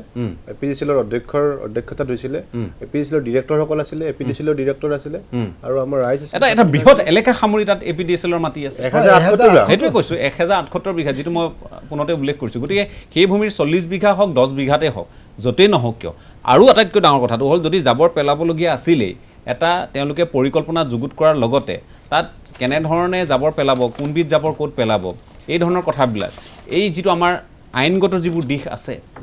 এই কথাবোৰ একেবাৰে কিন্তু তাত পৰিহাৰ কৰা হ'ল মুঠতে জাবৰ পেলাব লাগে এনেধৰণৰ প্ৰক্ৰিয়াটোৰ মাজেৰে গ'ল আৰু বলপূৰ্বক গ'ল আৰু লগতে আমি দেখিলোঁ যে আৰক্ষীৰ এটা কটকটীয়া নিৰাপত্তা বেষ্টনীয়ে জাবৰ নিয়া প্ৰথমবাৰলৈ দেখিলোঁ এই কথাবোৰ হ'ল টুটুমণি হয় এইকাৰণে যে ৰাইজে তাক প্ৰতিবাদ কৰি আছে আৰু যিটো আমি দীপৰ বিলৰ কথাটো এইটো এটা স্পৰ্শকাতৰ বিষয় এইটো ক'তো কোনো এটা জেগা আমি এইটো কোৱা নাই যে দীপৰ বিলতে থাকক সেইটো হ'বই নোৱাৰে এইটো আমি কোৱা নাই এই ক্ষেত্ৰত চৰকাৰৰ সকলো ডিপাৰ্টমেণ্ট তেওঁলোকৰ লগত থাকে IIT আছে এই ক্ষেত্ৰত অধ্যয়ন কৰিব পৰাকৈ বিশ্ববিদ্যালয় আছে এই বিশেষজ্ঞসকলক ইয়াৰ লগত জড়িত কৰাব লাগিব আৰু বিশেষজ্ঞসকলৰ প্ৰতিবেদনৰ ওপৰত ভিত্তি কৰি কোনটো জেগাত কি কৰিব এটা পৰিকল্পনা লাগিব কাৰণ গুৱাহাটীক স্মাৰ্ট চিটি ঘোষণা কৰিম বুলি কৈছে তাৰ লগে লগে কিন্তু এটা দাবী হৈছে যে গাঁওবিলাকো স্মাৰ্ট ভিলেজ বনাব লাগে কিন্তু সেই বুলি যে গাঁওবুঢ়া অঞ্চলক যদি একদম নেগলেক্ট কৰা হয় এইটোও নহ'ব বা এনেকুৱা জৈৱ বৈচিত্ৰ্য থকা ঠাইবিলাক যদি ন্যায়ালয়ৰ ৰুখত পৰিছে দীপৰ বিল গতিকে এতিয়া আমি অন্য এটা জেগাত লৈ যাওঁ তাতে পেলাওঁ সেই স্থানটো চন্দ্ৰপুৰ নিশ্চয় হ'ব নোৱাৰে সেইটো হৈ থাকিব নোৱাৰে এইটো কেতিয়া হ'ব চন্দ্ৰপুৰত আকৌ চন্দ্ৰপুৰ ৰুখত পৰিব ইক'লজি ধ্বংস হ'ব জৈৱ বৈচিত্ৰ্য ধ্বংস তাৰপিছত আকৌ এবাৰ কোনখন ঠাই গতিকে ইয়াৰ ক্ষেত্ৰত চৰকাৰৰ পৰিকল্পনা লাগিব ইয়াৰ অধ্যয়ন লাগিব বিস্তৃত অধ্যয়ন লাগিব চৰকাৰৰ সেইবোৰ নাই আৰু আৱৰ্জনাক লৈ পেলাই চৰকাৰৰ যিটো দৃষ্টিভংগী এইটো বহুত বেয়া সেইকাৰণে এতিয়া আমাৰ চন্দ্ৰপুৰত এই প্ৰতিবাদটো হোৱাৰ পিছত সমগ্ৰ অসমতে যিটো এটা বাতাবৰণ সৃষ্টি হৈছে সমগ্ৰ অসমত আপুনি জিলাই ডাম্পিং গ্ৰাউণ্ডবিলাক চাব জাবৰ পেলোৱা জাগাবিলাক চাব সকলো ঠাইৰে আৱৰ্জনা যিটো ডাম্পিং গ্ৰাউণ্ডৰ অৱস্থা ক'তোৱে ভাল নহয় ক'ৰবাত দুই এটা সৰু প্ৰকল্পৰ কথা বেলেগ কিন্তু যথেষ্ট বেয়া গতিকে এই কথাটো দূৰদৰ্শিতাৰ অভাৱ কিন্তু প্ৰতিফলিত হৈছে আজি লখিমপুৰত একেই চন্দ্ৰপুৰৰ দৰে এটা পৰিৱেশ সৃষ্টি হৈছে লখিমপুৰত ৰাইজ আজি যথেষ্ট সুবিধা হৈছে গুৱাহাটীখনক উন্নয়ন কৰোঁতে গুৱাহাটীৰ আৱৰ্জনাবোৰ ক'ত কেনেকৈ নিষ্কাশন কৰিব আগতে পৰিকল্পনা হৈছে হঠাৎ এখন জেগা এটা দিলোঁ এতিয়া যেতিয়া প্ৰতিবাদ হৈছে আৰু এটা জেগা দিলোঁ তেনেকুৱা নহ'ব পৰিকল্পনা লাগিব চন্দ্ৰপুৰক লৈ সেইটো পৰিকল্পনা আমি সেইকাৰণে বিৰোধ কৰিছোঁ যে চন্দ্ৰপুৰক লৈ এইটোহে পৰিকল্পনা আছিল নেকি আৰু এই যিটো 1078 বিঘা মাটিৰ কথা কোৱা হৈছে যদি আপুনি চন্দ্ৰপুৰলৈ যেতিয়া আমি যাম আমি যেতিয়া হেলমেট পৰিধান কৰি বাইক গুৱাহাটীলৈ আহোঁ আমি বন্দা পাৰ হোৱাৰ পিছত হেলমেটটো খুলি দিওঁ এইকাৰণে খুলি দিওঁ এটা স্বস্তিৰ বতাহ এটা গৰমটো মানে এই বতাহটোৱে সলনি হৈ যায় তাৰ সেউজীয়াটো চাই এটা চকুৰে এটা শান্তি পাওঁ মানে হেলমেট পিন্ধি গ্লাছখন থকাৰ পিছত আমি সেই শান্তিটো নাপাওঁ তেনেকৈহে আমি গৈ থাকোঁ লাহে লাহে আৰু তাৰপিছত যদি সেই ঠাইখিনিত নি পেলাই এতিয়া এই 1078 বিঘা মাটিটোত কৰে সেই তেতিয়াহ'লে কি হ'ব সেই 1078 বিঘাটোৱে যাব 40 বিঘা কথা কোৱা নাই জানো 40 বিঘা বাদ দিয়ক আমি দেখিছোঁ উদাহৰণ আছে এনেধৰণৰ আজি আপুনি ইয়াৰ পূৰ্বে তিনিচুকীয়া দুলীয়াজান সংযোগী পথত গোটেই তিনিচুকীয়াৰ আৱৰ্জনা যেতিয়া পৰিছিল যি ধৰণৰ পৰিৱেশ আছিল সেইখিনি আমি দেখি আহিছোঁ আৰু এনেধৰণৰ বহু ঠাই আছে য'ত আজি চহৰে নগৰে এই পৰিৱেশৰ সূচনা হৈছে মই এই মুহূৰ্তত আমি জগন্নাথ ৰাজবংশীক পাইছোঁ জগন্নাথ ৰাজবংশী ডাঙৰীয়াক পাইছোঁ তেখেতৰ সৈতে সংযোগ স্থাপন কৰক মই জগন্নাথ ৰাজবংশীৰ কাষলৈ যাব খুজিম তাৰ মাজতে মই আকৌ এবাৰ আহিব খুজিছোঁ মুবিন আখতাৰ এই কথাবোৰ যিবোৰ আমি আলোচনা কৰি আছোঁ চাওক দীপৰ বিল সুৰক্ষিত হ'বই লাগিব আৰু দীপৰ বিলৰ ক্ষেত্ৰত কেৱল এই যে ডাম্পিং গ্ৰাউণ্ডে সমস্যাৰ সৃষ্টি কৰিছে সেইটো নহয় আনুষংগিক বহু দিশ আছে যিবোৰ দিশ আমি ওলাই কৰি আহিলোঁ আমি কাৰো কথা গুৰুত্ব নিদিলোঁ কোনো এখন চৰকাৰে সঁচাই গুৰুত্ব নিদিলে এই কথাখিনি স্পষ্ট তাত আৰু দ্বিমত নাই সকলোৱে আমি কি পৰ্যায়লৈ দীপৰ বিলখনক লৈ গ'লোঁ আজি এই দীপৰ বিলখন আন ৰাজ্যত হোৱা হ'লে এয়া সম্পদ সাংঘাতিক সম্পদ এতিয়াও আমি শেষ হৈ যোৱা নাই এতিয়াও আমি কৰিব পাৰোঁ অসমত মই দেখিছোঁ ৱেটলেণ্ড মানে ৱেষ্টলেণ্ড আপোনাৰ কাৰোবাৰ সংগঠনক মাটি লাগে ঘৰ বনাব কিবা হেৰি কৰিব অকল সেই ৱেটলেণ্ডবোৰ আমি দি দিছোঁ কিন্তু আমি যে আমাৰ এইবিলাক একোখন হাওঁফাওঁ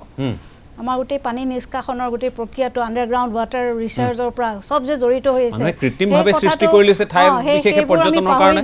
আৰু আটাইতকৈ ডাঙৰ কথা হ'ল আমি গুৱাহাটী যিটো স্মাৰ্ট চিটি মিছন আমি যদি কওঁ আমাৰ প্ৰথম আচলতে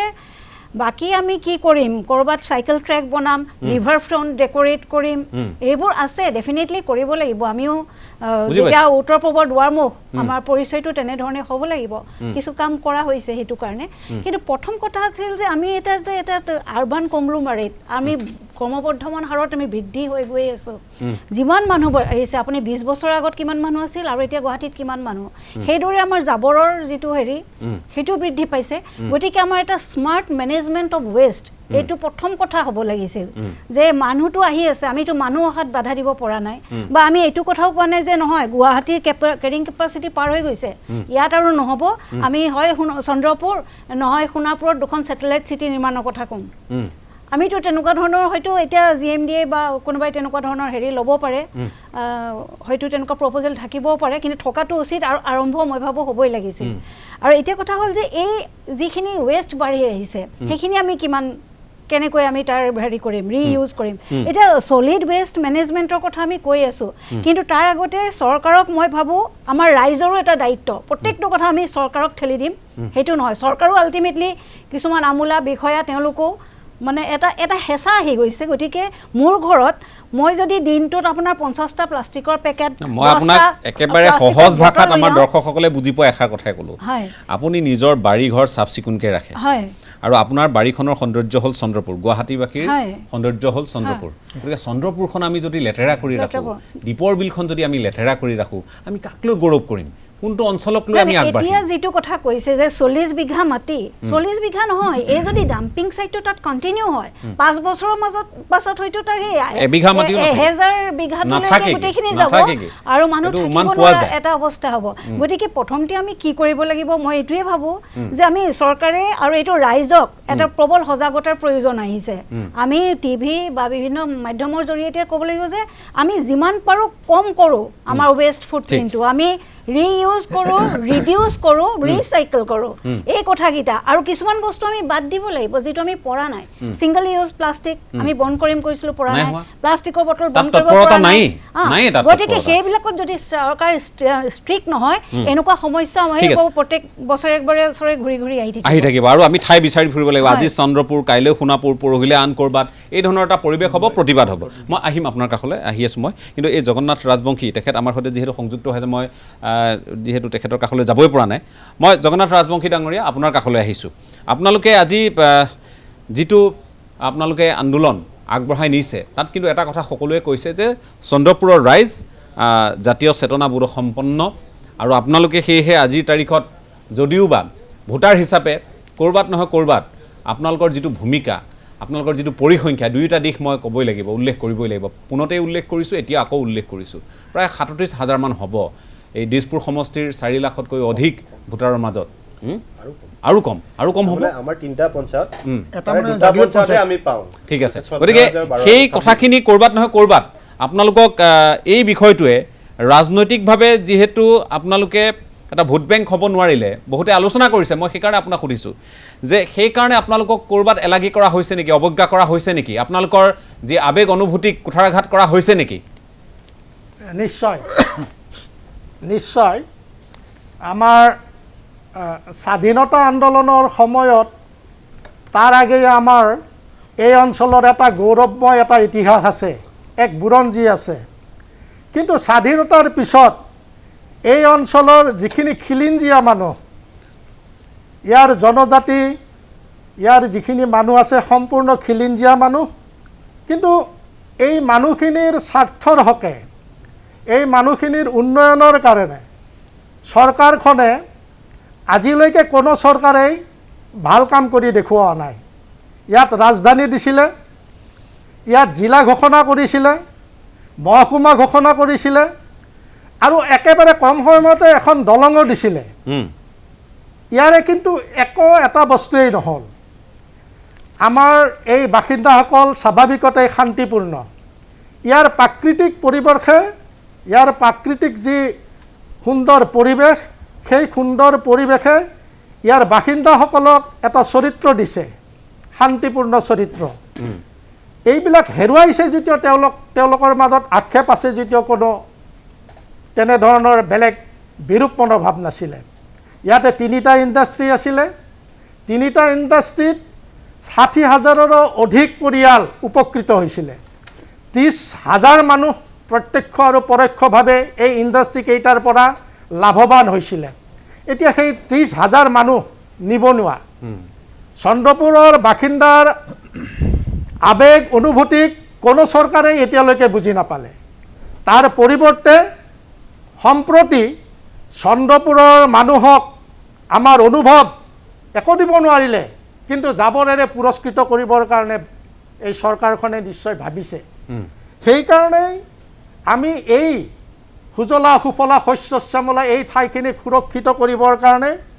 ইয়াৰ নৈ নিজৰাৰ পানী সুৰক্ষিত কৰিবৰ কাৰণে, প্ৰদূষিত নহ'বৰ কাৰণে,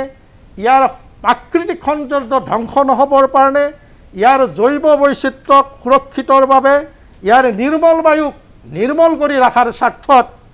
ইয়াৰ জনসাধাৰণৰ স্বাস্থ্যক সুৰক্ষিত কৰি ৰখাৰ স্বাৰ্থত আমি এক গণতান্ত্ৰিকভাৱে, অহিংস নীতিত আমি এক আন্দোলন কৰিছোঁ। চৰকাৰৰ ওচৰত আমি আবেদন কৰিছোঁ যে আমাৰ ওচৰত এনেধৰণৰ প্ৰক্ৰিয়া নকৰিব, জাবৰ জোঁথৰ নেপেলাব। তাৰ পৰিৱৰ্তে আমাৰ এটা আলোচনা হৈছিল যে ইয়াতে এখন সুন্দৰ ষ্টেডিয়াম হ'ব। APGCৰ লগত আমাৰ আলোচনা হৈছিল সংগঠনসকলৰ, ছাত্ৰ সন্থাও তাত আছিলে। তেওঁলোকে এতিয়া যি ডাম্পিং গ্ৰাউণ্ড কৰিছে, জাবৰ জোঁথৰ পেলাইছে, তাত এটা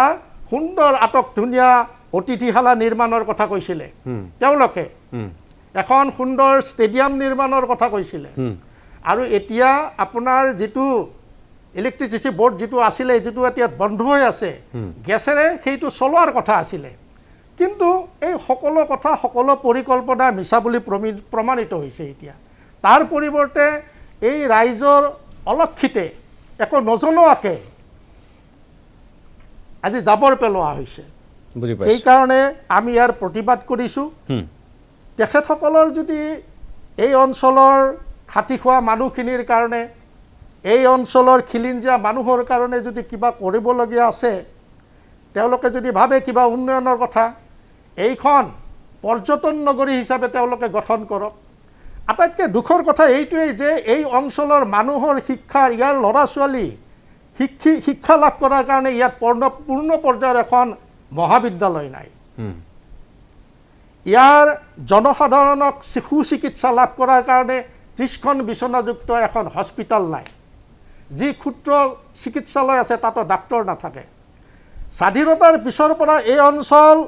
স্বাভাৱিকতে অৱহেলিত হৈ আছে, সদায় অৱহেলিত হৈ আছে। বুজি পাইছোঁ, মই আপোনাৰ কথাখিনি বুজি পাইছোঁ। মই আকৌ আহিম আপোনাৰ কাষলৈ। মই কথাখিনি তেখেতৰ স্তব্ধ হৈ শুনিছোঁ আমি সকলোৱে। যিখিনি কথা আজি ৰাজধানী মহানগৰীৰ সমীপৰ অঞ্চলৰ এজন ৰাইজে কৈ আছে, এই কথাখিনি আমি বিশ্বাস কৰিবলৈ অকণমান টান পাইছোঁ, কিন্তু কথাখিনি সত্য। আৰু এই কথাও সত্য যে চন্দ্ৰপুৰৰ দৰে এটা অঞ্চল, পৰ্যটনৰ পূৰ্ণ সম্ভাৱনাময় অঞ্চল। আজি আমি মাছ বুলি ক'লে আপুনি বেপাৰীৰ কাষলৈ যাওক, গুৱাহাটী মহানগৰীৰ মানুহে বেপাৰীয়ে যদি কয় মাছ চন্দ্ৰপুৰৰ, সোধপোছ নকৰে, চিধাই সোধে যে পোনচাতেই সোধে যে কিলো কিমান, সুধিব। অকণমান দাম দৰ কৰিলে তেতিয়া যেতিয়াই কয় নহয় চন্দ্ৰপুৰৰ মাছ, তেতিয়া আৰু মানুহে তাত দাম দৰ নকৰে। মই নিজে দেখিছোঁ, বা আমিও তেনেধৰণে চন্দ্ৰপুৰৰ প্ৰতি আমাৰ এটা আস্থা বিশ্বাস, চন্দ্ৰপুৰৰ পৰা আহিছে, মাছ আহিছে। এতিয়া আপুনি গুৱাহাটী মহানগৰীত শাক পাচলি হওক, মাছ হওক, আপুনি যিকোনো উপাদান চন্দ্ৰপুৰৰ বুলি ক'লে মানুহে এটা বিশ্বাসত ক্ৰয় কৰে কিন্তু সেই চন্দ্ৰপুৰৰ প্ৰতি আমি নিজৰ যিখিনি সামাজিক দায়বদ্ধতা সেইখিনি কিদৰে পালন কৰিছোঁ মই আজি কোনেও যাতে কথাখিনি বেয়া নাপায় খোলাখুলিকৈ কৈছোঁ আমি আন্দোলন কৰিবলৈ বাৰু কোৱা নাই কাকো আন্দোলনত তেওঁলোকক লগ দিয়ক নিদিয়ক সেইটো একান্ত ব্যক্তিগত বিষয় যি শিল্পী সমাজ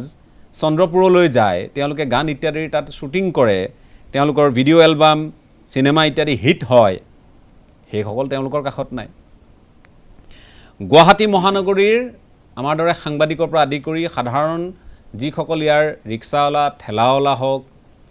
খাটি খোৱা মানুহেই হওক গুৱাহাটী মহানগৰীত যিসকলে বসবাস কৰে বা আধ্যবন্ত পৰিয়ালৰ হওক ৰাজনীতিক হওক বুদ্ধিজীৱী হওক সকলোৰে ঘৰৰ যিখিনি জাবৰ সেইখিনি আজি চন্দ্ৰপুৰলৈ গৈ আছে কোনেও এষাৰ মাত মতা নাই বৰ আচৰিত যেন লাগিছে আজিৰ তাৰিখত আমি কোন দিশে গৈ আছোঁ আৰু সমাজখনক আমি কি হ'বলৈ এৰি দিছোঁ ঋতুবৰণ শৰ্মা মই আপোনাৰ কাষলৈ আকৌ আহিবলৈ লৈছোঁ আপুনি যিহেতু অকণমান মাজত ক'ব খুজিছিল কেতবোৰ বিষয়ত এই লোকসকলে আজি তেখেতে পোনপটীয়াকৈ উল্লেখ কৰিছে যে চৰকাৰখন গঠনৰ ক্ষেত্ৰত তেওঁলোকৰ অঞ্চলৰ ৰাইজে এটা সবল ভূমিকা পালন কৰিছিল বিধায়কগৰাকী বিপুল ভোটত জিকি অহাৰ আমি বহুবাৰ দেখিছোঁ অতুল বৰা গতিকে সেই অঞ্চলৰ লোকসকলক এনেধৰণে জাবৰেৰে এক প্ৰকাৰ অসন্মান কৰা হৈছে এই কথাখিনি ঠিক গতিকে ইয়াৰ বিকল্প একো চিন্তা হ'ব নোৱাৰে নেকি ৰাজদীপ নিশ্চয় পাৰে ইতিমধ্যে আমাৰ আলোচনা মই ভাবোঁ প্ৰায় সমাপ্তিৰ দিশত আমি আগবাঢ়িছোঁ আৰু এই আলোচনাৰ ফলপ্ৰসূ তেতিয়াই হ'ব বুলি ভাবোঁ মই যেতিয়া ইয়াৰ পৰা কিবা এটা যোগাত্মক কথা কাৰণ এইটো এতিয়া ৰাজনীতি নহয় আজি মই যদিও চৰকাৰক প্ৰতিনিধিত্ব কৰিছোঁ ইয়াততো আৰু সন্মুখত বোলে নিৰ্বাচন এওঁলোক বোলে কিবা ৰাজনৈতিক দলৰ সদস্য সেইকাৰণে আমাক বেয়া পাই পেলাই তেওঁলোকে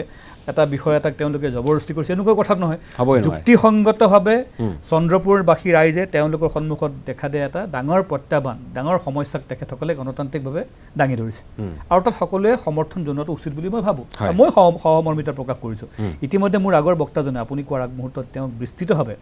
যে তেখেতসকলৰ মনত অন্যান্য ক্ষোভো আছে যে তেখেতসকলে ভাবে যে অসমৰ আনবোৰ জেগাতকৈ আজি মহানগৰী অৰ্থাৎ ৰাজধানীৰ কাষতে লাগি থকা জেগা হিচাপে চন্দ্ৰপুৰে যিমানখিনি পাব লাগিছিল সেইখিনি পোৱাৰ পৰা হয়তো ক'ৰবাত না ক'ৰবাত বঞ্চিত হৈছে সেই খুব তেখেতসকলৰ আছে আৰু তেখেতে চিকিৎসা হওক মহাবিদ্যালয় হওক এই ধৰণৰ কথা তেখেতসকলে উচিতভাৱে আমাক এই অনুষ্ঠানটোৰ মাধ্যমেদি অসমবাসী ৰাইজক তেখেতে অৱগত কৰিছে আৰু এই ক্ষেত্ৰত আমি চৰকাৰী পক্ষেও আমি গা এৰা দিব নোৱাৰোঁ আজি নিৰ্বাচিত প্ৰতিনিধি এজন আছে তাত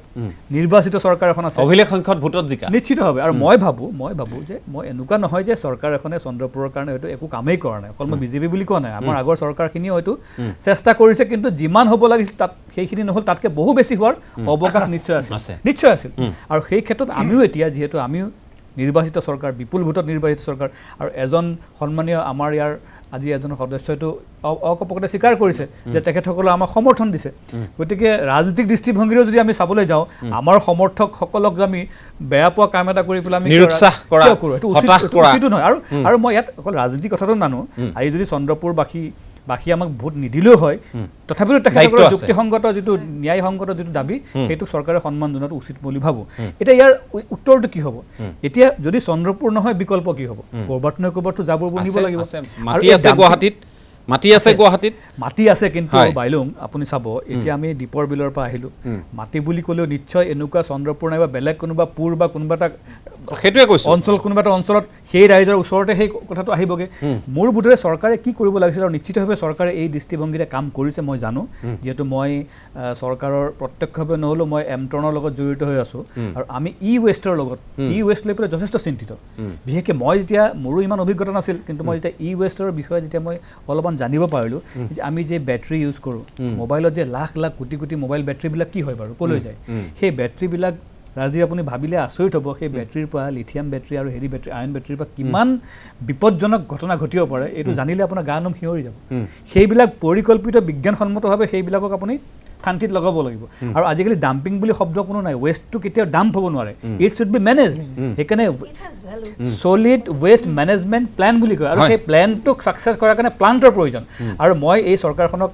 চৰকাৰৰ পক্ষ এতিয়া মই যোগাত্মক দুটামান কথা কওঁ ইতিমধ্যে চৰকাৰে সেই দৃষ্টিভংগী সন্মুখত ৰাখি কাম কৰিছে মই যদি তেজপুৰৰ পৰা আহোঁ আজি তেজপুৰত আমাৰ তেজপুৰ মিউনিচিপাল এলেকাত তেজপুৰ পৌৰ নিগমৰ অন্তৰ্ভুক্ত 19টা ৱাৰ্ডৰ পৰা ঘৰে ঘৰে ৱেষ্ট কালেক্ট কৰি পেলাই তেজপুৰত ছলিড ৱেষ্ট মেনেজমেণ্ট প্ল্যান্ট এটা গঠন কৰা হৈছে মৰাভুৰিত আৰু ইতিমধ্যে প্ৰায় 300 টন সাৰ তাৰ পৰা উৎপাদন কৰা হয় আজি অন্তত তেজপুৰ নগৰ অঞ্চলত কৈছোঁ যে মই 100% সমস্যা সমাধান হোৱা নাই কিন্তু প্ৰায় 70% জাবৰ সম্পৰ্কীয় সমস্যাৰ সমাধান ঘটিছে আপোনালোকে যে বিশ্বাস নকৰে আপোনালোকে নিজে অলপমান খোজ খবৰ কৰিলে গম পাব আৰু আজি 2 দিনমান আগত পেপাৰত সেই লৈ পেলাই বিস্তৃত এখন এটা নিউজো ওলাইছে কোনোবা এটা আমাৰ অসম নে কোনোবা এটা মই পাহৰিছোঁ গতিকে মই সেইটো এটা হৈছে কাৰণে গোটেই অসমত চব হৈ গ'ল বুলি মই কোৱা নাই কিন্তু সেইটো এটা হ'ব লাগিব সেইটো এটা চানেকি হ'ব পাৰে চানেকি হ'ব পাৰে আৰু হ'ব লাগিব কৰি দেখুৱাইছোঁ বা কৰিবলৈ সক্ষম হৈছোঁ প্ৰত্যেক আমি ডিষ্ট্ৰিক্ট হেডকোৱাৰ্টাৰত সেইটো হোৱাটো উচিত আৰু ৰাজধানী হিচাপেতো গুৱাহাটীত তো আমি বহু পৰিকল্পিতভাৱে কথাবিলাক হ'ব লাগিব গতিকে ছলিড ৱেষ্ট মেনেজমেণ্ট প্লেনৰ অধীনত যিখিনি কৰণীয় আৰু ইতিমধ্যে চৰকাৰে ইয়াত কিন্তু কাম কাজ আৰম্ভ কৰিছে আমাক তাৰ বাবে জেগা লাগিব এতিয়া জেগা হ'লে যদি জেগাক যদি বিজ্ঞানসন্মতভাৱে তাত আহা ৱেষ্টখিনিক যদি আমি বিজ্ঞানসন্মতভাৱে যদি ডিছপ'জ অফ কৰিব পাৰোঁ সেইখিনি কোনো ধৰণৰ হেজাৰ্ড ক্ৰিয়েট নকৰে কিন্তু সেইখিনি ৰাইজক আশ্বস্ত কৰিব লাগিব চন্দ্ৰপুৰ বুলি নহয় কাইলৈ যদি বেলেগ কোনোবা এটা জেগালৈ আমি যাওঁ আমি আন্তঃগাঁথনিটো নিৰ্মাণ কৰি ল'ব লাগিব এক্সেক্টলি আন্তঃগাঁথনি নিৰ্মাণ কৰি তাত কেনেকৈ হ'ব স্থাপিত কৰি ল'ব লাগিব ৰাইজক আশ্বস্ত কৰিব লাগিব যে আপোনালোকৰ ইয়াৰ পৰা কোনো ধৰণৰ হাৰ্ম নহয় ৰাইজেতো মুখৰ কথাত আশ্বস্ত নহয় গতিকে আপুনি কোৱাৰ ধৰণে আন্তঃগাঁথনি প্ৰথমতে আমি বনাই চাইণ্টিফিকেলি এইটো প্ৰুফ হ'ব লাগিব বিজ্ঞানসন্মতভাৱে প্ৰমাণিত হ'ব লাগিব যে তাৰ পৰা জাবৰে তাৰ সেই অঞ্চলটোৰ কোনো আৰু আমাৰ চৰকাৰে নিশ্চিতভাৱে এই দিশতেই কাম কৰিছে কিন্তু কিছু সময়ৰ হয়তো প্ৰয়োজন হ'ব কাৰণ কোভিড যোৱা 2 বছৰ প্ৰায় 1.5-2 বছৰ আমি কোভিড সংক্ৰমণত আমাৰ অগ্ৰাধিকাৰ সলনি হ'ল এতিয়া আপুনি ভাবকচোন আমি কিমানবোৰ কাম কৰিব লগা আছে চব বাদ দিয়ে কোভিডত লাগি থাকিব গতিকে মই ভাবোঁ যে মানুহে শিক্ষা কেতিয়া লয় যেতিয়া আমাৰ সন্মুখত এই ধৰণৰ ঘটনা পৰিব তাৰ পৰা শিক্ষা লয় আমাৰ চৰকাৰখন কিন্তু এনেকুৱা নহয় দেই যে আমি কিবা এটা যদি ভুল কৰিছোঁ বা নকৰিবলৈ কাম কৰিছোঁ তাৰ শুধৰণি কিন্তু কৰাৰ আমি চেষ্টা কৰোঁ ঠিক আছে ইয়াত আমি এই কথাখিনিৰ পৰা আমি শিক্ষা এটা লৈ পেলাই পৰৱৰ্তী সময়ত যলৈকে নাযায় কিয় বা তাতো যদি মই কথাটো কৈছোঁ আগে ভাল হ'ল যদি তাত বিজ্ঞানসন্মতভাৱে ৰাইজক আশ্বস্ত কৰি আমি সেই আন্তঃগাঁথনি নিৰ্মাণ কৰি কিজানি যদি চন্দ্ৰপুৰতে সেই কামটো হ'ল মই কথাটো কৈছোঁ দেই কিন্তু ভুলটো ক'ত থাকি গ'ল আমি ৰাইজক আশ্বস্ত কৰিব পৰাকৈ একো তাত নকৰোঁ ৰাইজক গমেই নিদিলে নহয় তাকেই কৈছোঁ আৰু আভুৱা ভৰা হ'ল চৰকাৰে মই ভাবোঁ আলোচনালৈ গৈছোঁ আমি তেওঁলোকৰ আগত প্ৰশ্ন সুধিছোঁতো 2009 চনত যেতিয়া integrated solid waste management facility project আপোনালোকে অপেনিং কৰিছিল বৰাগাঁৱত তেতিয়া ডিডিডি মিনিষ্টাৰ আছিল হিমন্ত বিশ্ব শৰ্মা মুখ্যমন্ত্ৰী আছিল তৰুণ গগৈ ডাঙৰীয়া তাত আজি কি অৱস্থা এই অৱস্থা কিয় হ'ল যোনে নকৰিলে তাৰ কি শাস্তি হ'ল তাৰ কিবা ব্যৱস্থা কৰা হ'লনে আমিতো দেখিছোঁ নিউজত দেখিছোঁ ৰামকীৰ লগত তেওঁলোকৰ চুক্তি আছিলে ৰামকীয়ে বিদ্যুৎ উৎপাদন কৰিব কিন্তু কিবা বিদ্যুৎ উৎপাদন হ'ল নেকি যদি হোৱা নাই কি হ'ল পইচাখিনি ক'লৈ গ'ল জবাবদিহি এইবিলাকৰ পৰা শিক্ষাটো ল'ব আটাইতকৈ ডাঙৰ কথা নহয় জবাবদিহি কৰা হোৱা নাই তেতিয়া কৈছিলে কথাবোৰ বাদ দিব লাগে বুলি কৈছিলে কিয় বাদ দিম আমি কিয় বাদ দিম আপোনালোকৰ দৃষ্টিভংগী এইটো নেকি যে বিজ্ঞানসন্মতভাৱে কৰা হ'ব চন্দ্ৰপুৰত কৰা হ'ব চন্দ্ৰপুৰটো সেইটো পৰিকল্পনা আমি আপোনালোকে বাৰে বাৰে বিজ্ঞানসন্মতভাৱে বাৰু কৰক গোটেই কথা ঠিক আছে মই মানি ল'লোঁ এটা পৰ্যায়লৈ তদুপৰি এটা পৰ্যায়লৈ মানি ল'লোঁ যে বিজ্ঞানসন্মতভাৱে কৰা হ'ব বাৰু কিন্তু বিজ্ঞানসন্মতভাৱে কৰিবলৈ তাত আধাৰ ক'ত আন্তঃগাঁথনি ক'ত এইখিনি প্ৰস্তুত কৰি ল'লেনে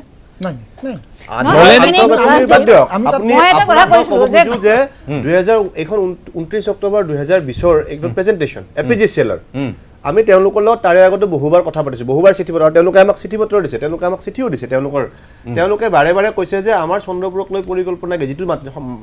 মাটিৰ কথা কৈছে যিটো ভূমিৰ কথা কৈ আছে তাৰমানে এই কথাবোৰ ৰাজহুৱা কিয় কৰিব পৰা নাছিলে নিশ্চয় তাত ষড়যন্ত্ৰ আছে নিশ্চয় তাত ভয় আছে বা কৰিব নোৱাৰাৰ কিছুমান ৰিজন আছে যুক্তি আছে তেওঁলোকে প্ৰেজেণ্টেশ্যন দি পেলাই কি কৈছিলে যে ইয়াত 250 মেগাৱাটৰ শক্তি উৎপাদন কৰিম আন্তঃৰাষ্ট্ৰীয় পৰ্যায়ৰ খেলপথাৰ নিৰ্মাণ হ'ব তাত অতিথিলা নিৰ্মাণ হ'ব যিহেতু পৰ্যটকৰ কাৰণে এটা অতিথিশালা নিৰ্মাণ হ'ব কিন্তু তাত আমি প্ৰশ্ন কৰিছিলোঁ যে তাত আপোনালোকে কিবা GMCৰ লগত চুক্তিবদ্ধ হৈছে নেকি য'ত আপোনালোকে যাবৰ পৰা তেতিয়া দিনত তেওঁলোকে একো কোৱা নাছিলে যে নাই আৰু তেওঁলোকে যিখন চিঠি আমাক দিছে সেইখন চিঠিত তেওঁলোকে তেনেকুৱা ধৰণৰ কোনো কথা উল্লেখ কৰা নাই জাবৰ পেলোৱাৰ কথা কোনো কথাই উল্লেখ কৰা নাই কিন্তু 2021 আজি এই কথাটো কিয় হ'ব পালে নিশ্চয় তাত কিবা আছে ঠিক আছে মই বৰুৱা ডাঙৰীয়া আমাৰ সৈতে সংযুক্ত হৈ আছে বৰুৱা ডাঙৰীয়া আপোনাৰ কাষলৈ আহিছোঁ গোটেই বিষয়টোত আপুনি ক'লে যে নিৰ্দেশনাটোত এক প্ৰকাৰে গোটেই কথাবোৰ অবৈধ বুলিয়ে কোৱা হৈছে আৰু সম্পূৰ্ণ অনৈতিকভাৱে এইখিনি কাম কৰা হৈছে এনেধৰণৰ কথা বতৰাবোৰ আহিছে এতিয়া কথাটো হ'ল যে আমি মানি ল'লোঁ যে তাত যদি এনেধৰণৰ এটা পৰিৱেশ সূচনা কৰিবলগীয়াই আছিল তাত যদি জাবৰ পেলাবলগীয়াই আছিল বা তাত যদি ছলিড ৱেষ্ট মেনেজমেণ্টৰ জৰিয়তে সেইখিনি কৰিবলগীয়া ব্যৱস্থা এটাৰ কথা আছিল তাত ব্যৱস্থাপনা হ'ল জানো ব্যৱস্থাপনা নহ'ল যিখিনি কথা আমি পাতি আছোঁ তাত কোনো ধৰণৰ আন্তঃগাঁথনি নিৰ্মাণ নহ'ল আৰু অতৰ্কিতে গোটেই কথাবোৰ হৈছে গতিকে এই কথাবোৰক লৈ আজি যেতিয়া আপোনালোকে যুক্তি প্ৰদৰ্শন কৰা হৈছে বা আপোনালোকে যে ৰাজহুৱা স্বাৰ্থজড়িত আবেদনখন দাখিল কৰিলে কথাবোৰ আকৌ কৈছোঁ যে এতিয়ালৈ আপলোড আপুনি ক'লে কিন্তু আপলোড বোধহয় নাই হোৱা এতিয়ালৈ আপলোড গতিকে আপোনাৰ পৰাই জানিব লাগিব তাত আৰু কি কি বিষয় ন্যায়ালয়ৰ তৰফৰ পৰা কোৱা হৈছে কথাটো হ'ল শুনা পাইছেনে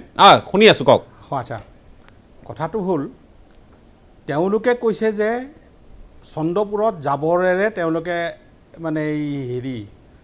ইলেক্ট্ৰিচিটি উৎপাদন কৰিব, শক্তি উৎপাদন কৰা এটা তেওঁলোকে হেৰি কৰিব আৰু এইটো কি কৰিব কেনেকৈ কৰিব ইয়াৰ 2 সপ্তাহৰ ভিতৰত তেওঁলোকে ন্যায়ালয়ক জনাব লাগিব এইটো কথা। কিন্তু মোৰ এটা মানে এইখিনিতে এটা মানে প্ৰশ্ন এটা উঠিছে। মই যোৱা শনিবাৰে গুৱাহাটী আপোনাৰ বৰচলা বিলৰ ওচৰত এটা প্ৰকল্প শক্তি প্ৰকল্প চালোঁ। কিমান কোটি টকা মই ক'ব নোৱাৰোঁ। বৰচলা বিলৰ ওচৰত এটা শক্তি প্ৰকল্প তেওঁলোকে নিৰ্মাণ কৰি আছে আৰু এই শক্তি প্ৰকল্পটো মোৰ দৃষ্টিত মানে কিবা ভালুকৰ সাঙি নিচিনাহে দেখা পালোঁ। কাৰণ তেওঁলোকে শক্তি যদি উৎপাদন কৰিবই লাগে, চন্দ্ৰপুৰত শক্তি প্ৰকল্প জাবৰৰ পৰা নাই, কিন্তু বৰচলা বিলৰ কাষতে বৰচলা বিললৈ তেওঁলোকে জাবৰবিলাক কিয় নিয়া নাই, মোৰ এইটো এটা চিন্তা আহিছে। এইটো 1 নম্বৰ।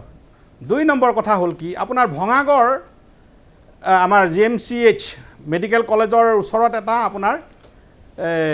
সাৰ বনোৱা কাৰখানা এটা তেওঁলোকে বনাইছে, সাৰ উৎপাদনৰ মানে যিবিলাক বায়'ডিগ্ৰেডেবল ৱেষ্ট, ইয়াৰ পৰা এটা সাৰ বনোৱা। তাতে মই সেইদিনাখন গৈ সেইটোও চালোঁগৈ আৰু তেওঁলোকে যিকেইজন মানুহ তালৈকে জড়িত আছে তেওঁলোকক সুধিলোঁ যে এইটো কেতিয়া বনালে, বোলে আজি 3 বছৰ নে 4 বছৰ হ'ল বুলি ক'লে। আৰু কিবা সাৰ বনাইছেনে বোলে, আগতে এবাৰ বনাইছিলোঁ কি অলপ আছে, ক'ত দিলে বোলে ক'তো দিয়া নাই, তেনেকৈ থৈ দিছোঁ এনেকৈ।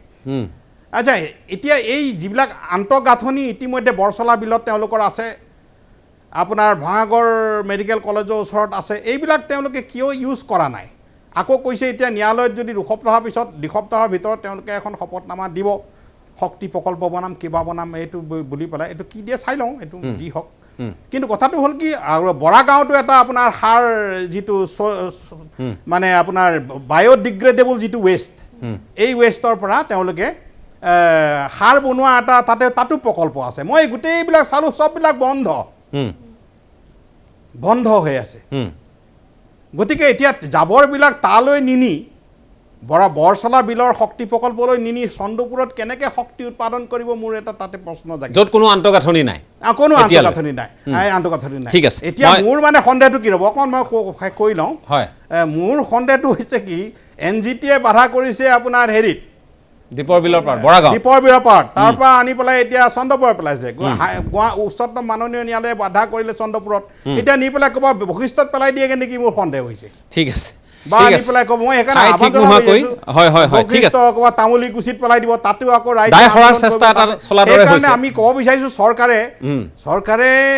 আন্তৰিকতাৰে এই কথাখিনি লওক আৰু এনেকৈ চন্দ্ৰপুৰৰ ৰাইজে আন্দোলন কৰিছে, কাইলৈ আকৌ তামুলীকুচিত কৰিব, পৰহিলৈ সোণাপুৰত কৰিব, তাৰপিছত চিপাঝাৰত কৰিব, এনেকৈ জাবৰবিলাক আৰ পদূলিয়ে তাৰ পদূলিয়ে লৈ ফুৰিবলৈ চৰকাৰে যেন নকৰে, এইটো মোৰ তেওঁলোকৰ প্ৰতি অনুৰোধ। ঠিক আছে, মই আকৌ আহিম মই অকণমান সময়ৰ কাৰণে যদি সম্ভৱ হয় মই আহিম আপোনাৰ কাষলৈ। বসুমতাৰী ডাঙৰীয়া, আপোনাৰ কাষলৈ আহিছোঁ, কথাবোৰ আমি পাতিছোঁ, কিন্তু সমাধান সূত্ৰ এটা লাগিব। এই সমাধান সূত্ৰটো সকলোৰে গ্ৰহণযোগ্য হ'ব লাগিব, তাত কোনো সন্দেহ নাই। আৰু যদি ইয়াৰ পৰা সাৰ উৎপাদনেই হওক বা আন ধৰণৰ কিবা শক্তি উৎপাদনেই হওক, যদি এইখিনি সম্ভৱ হয়, তাতকৈ ভাল কথা নিশ্চয় একো হ'ব নোৱাৰে। কিন্তু স্থানডোখৰ ইয়াত নিৰ্ধাৰণ কৰিবই লাগিব আৰু কোনো কাৰণতে যাতে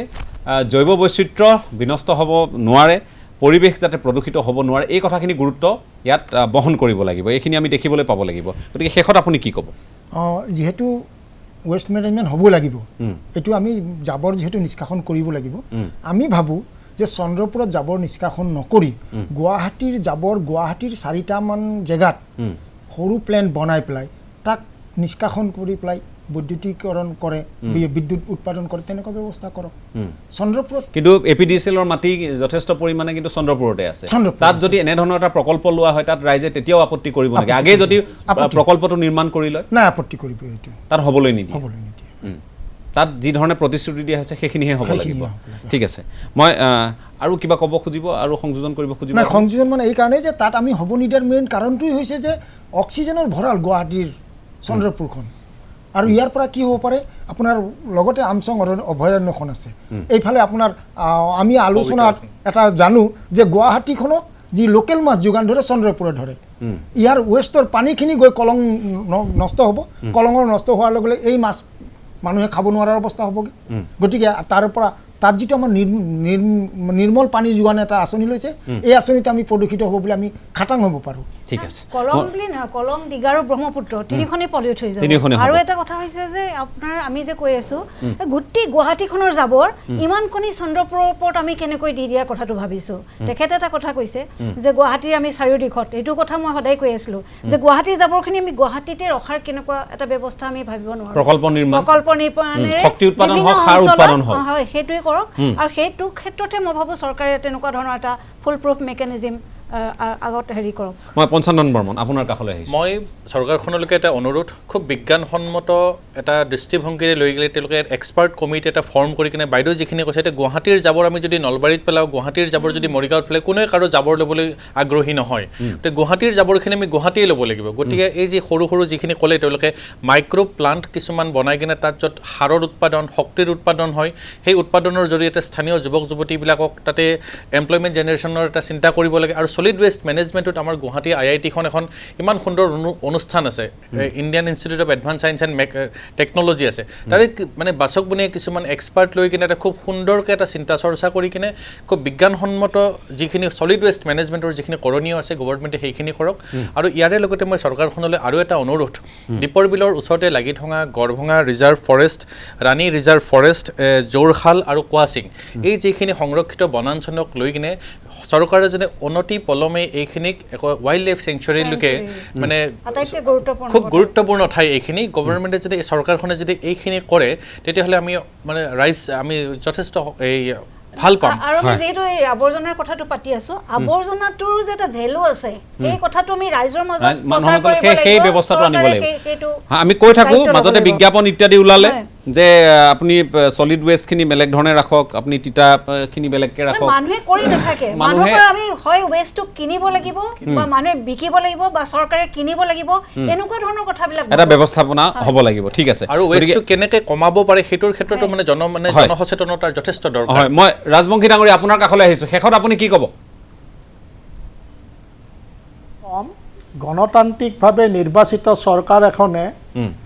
গণতান্ত্ৰিকভাৱে কৰা যি প্ৰতিবাদ সেইখিনি চৰকাৰখনে বুজক আৰু এই চন্দ্ৰপুৰখন নতুনকৈ গঢ়াৰ এটা পৰিকল্পনা কৰক। জাবৰৰ ঠাই হিচাপে তেখেতসকলে ভাবিব নালাগে। ইয়াত যথেষ্ট আপোনাৰ সুবিধা আছে, ইক' টুৰিজিমৰ সুবিধা আছে। তেনেকুৱা এটা পৰিকল্পনাৰে যদি চন্দ্ৰপুৰখন নতুনকৈ, চন্দ্ৰপুৰৰ মানুহ একোৱেই পোৱা নাইতো, চন্দ্ৰপুৰ মানুহখিনিক তেখেতসকলে কিবা এটা নতুন কৰি দেখুৱাওক। জাবৰ নহয়, জাবৰৰ পৰা নিষ্কাশনৰ যিটো প্ৰজেক্ট সেইটোও নহওক। ইয়াত সাৰ কাৰখানা আছে, পুনৰ উজ্জীৱিত কৰক। ইয়াৰ যিটো আগতে ACB আছে পুনৰ উজ্জীৱিত কৰাৰ ব্যৱস্থা কৰক।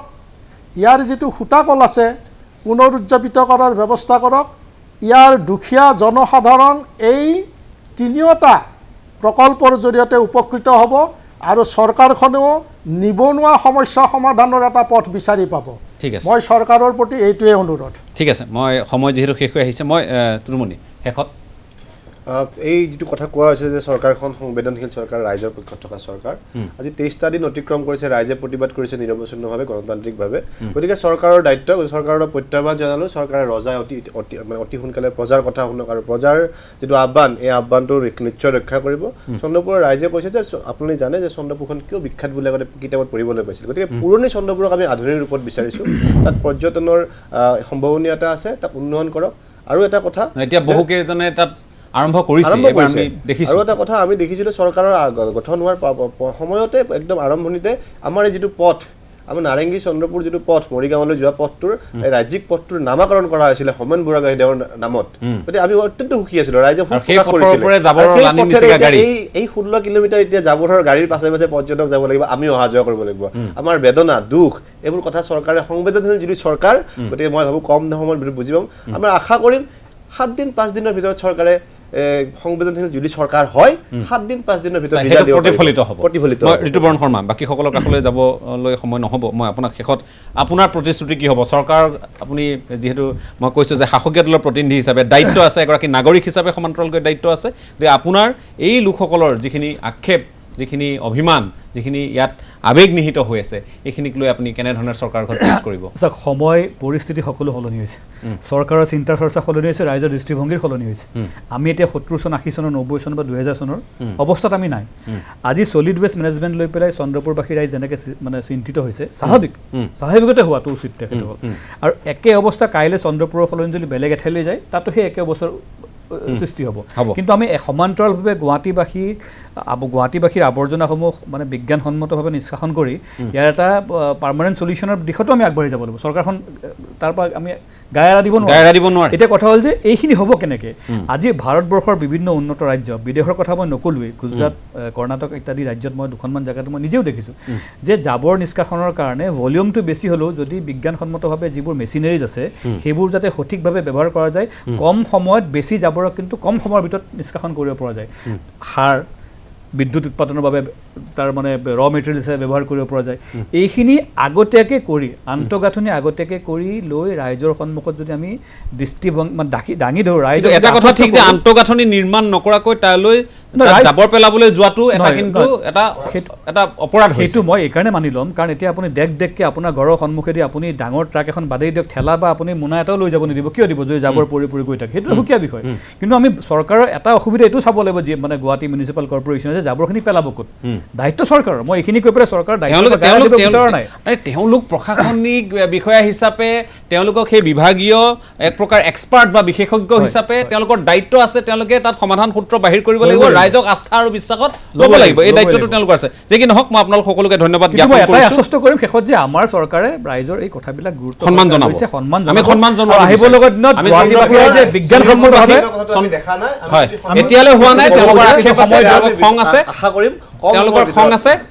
মই সদায় ৰাইজৰ পক্ষত থাকিম বৰুৱা ডাঙৰীয়া শেষত কি ক'ব বৰুৱা ডাঙৰীয়া শেষত কি ক'ব 30 ছেকেণ্ড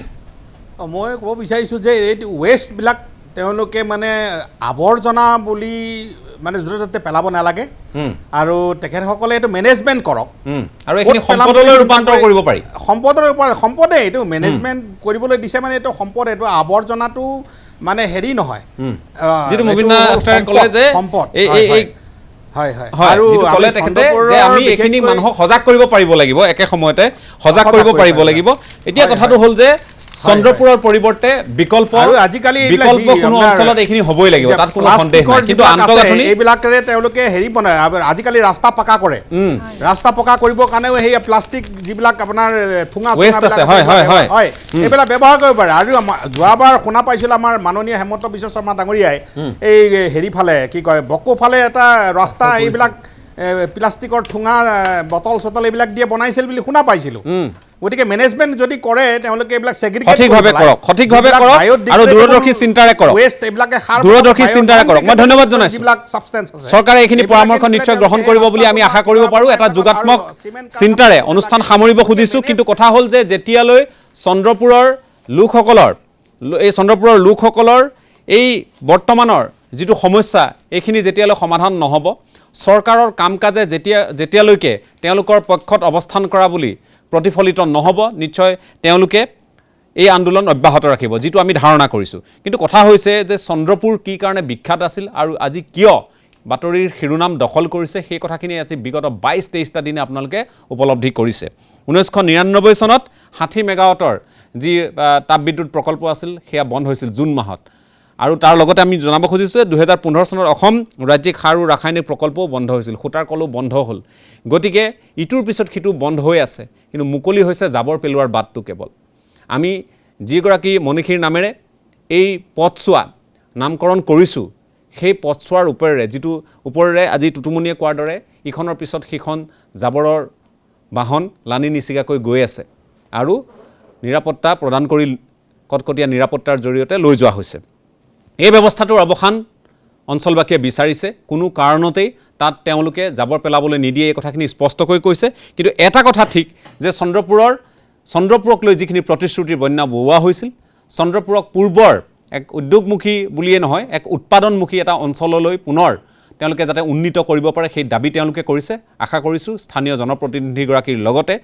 ৰাজ্য চৰকাৰখনে এই বিষয়টোত গুৰুত্ব দিব অন্যথা কিন্তু সমালোচনাৰ সন্মুখীন হ'ব আজিৰ পৰ্যবেক্ষণ ইমানতে সামৰণি মাৰিছোঁ ধন্যবাদ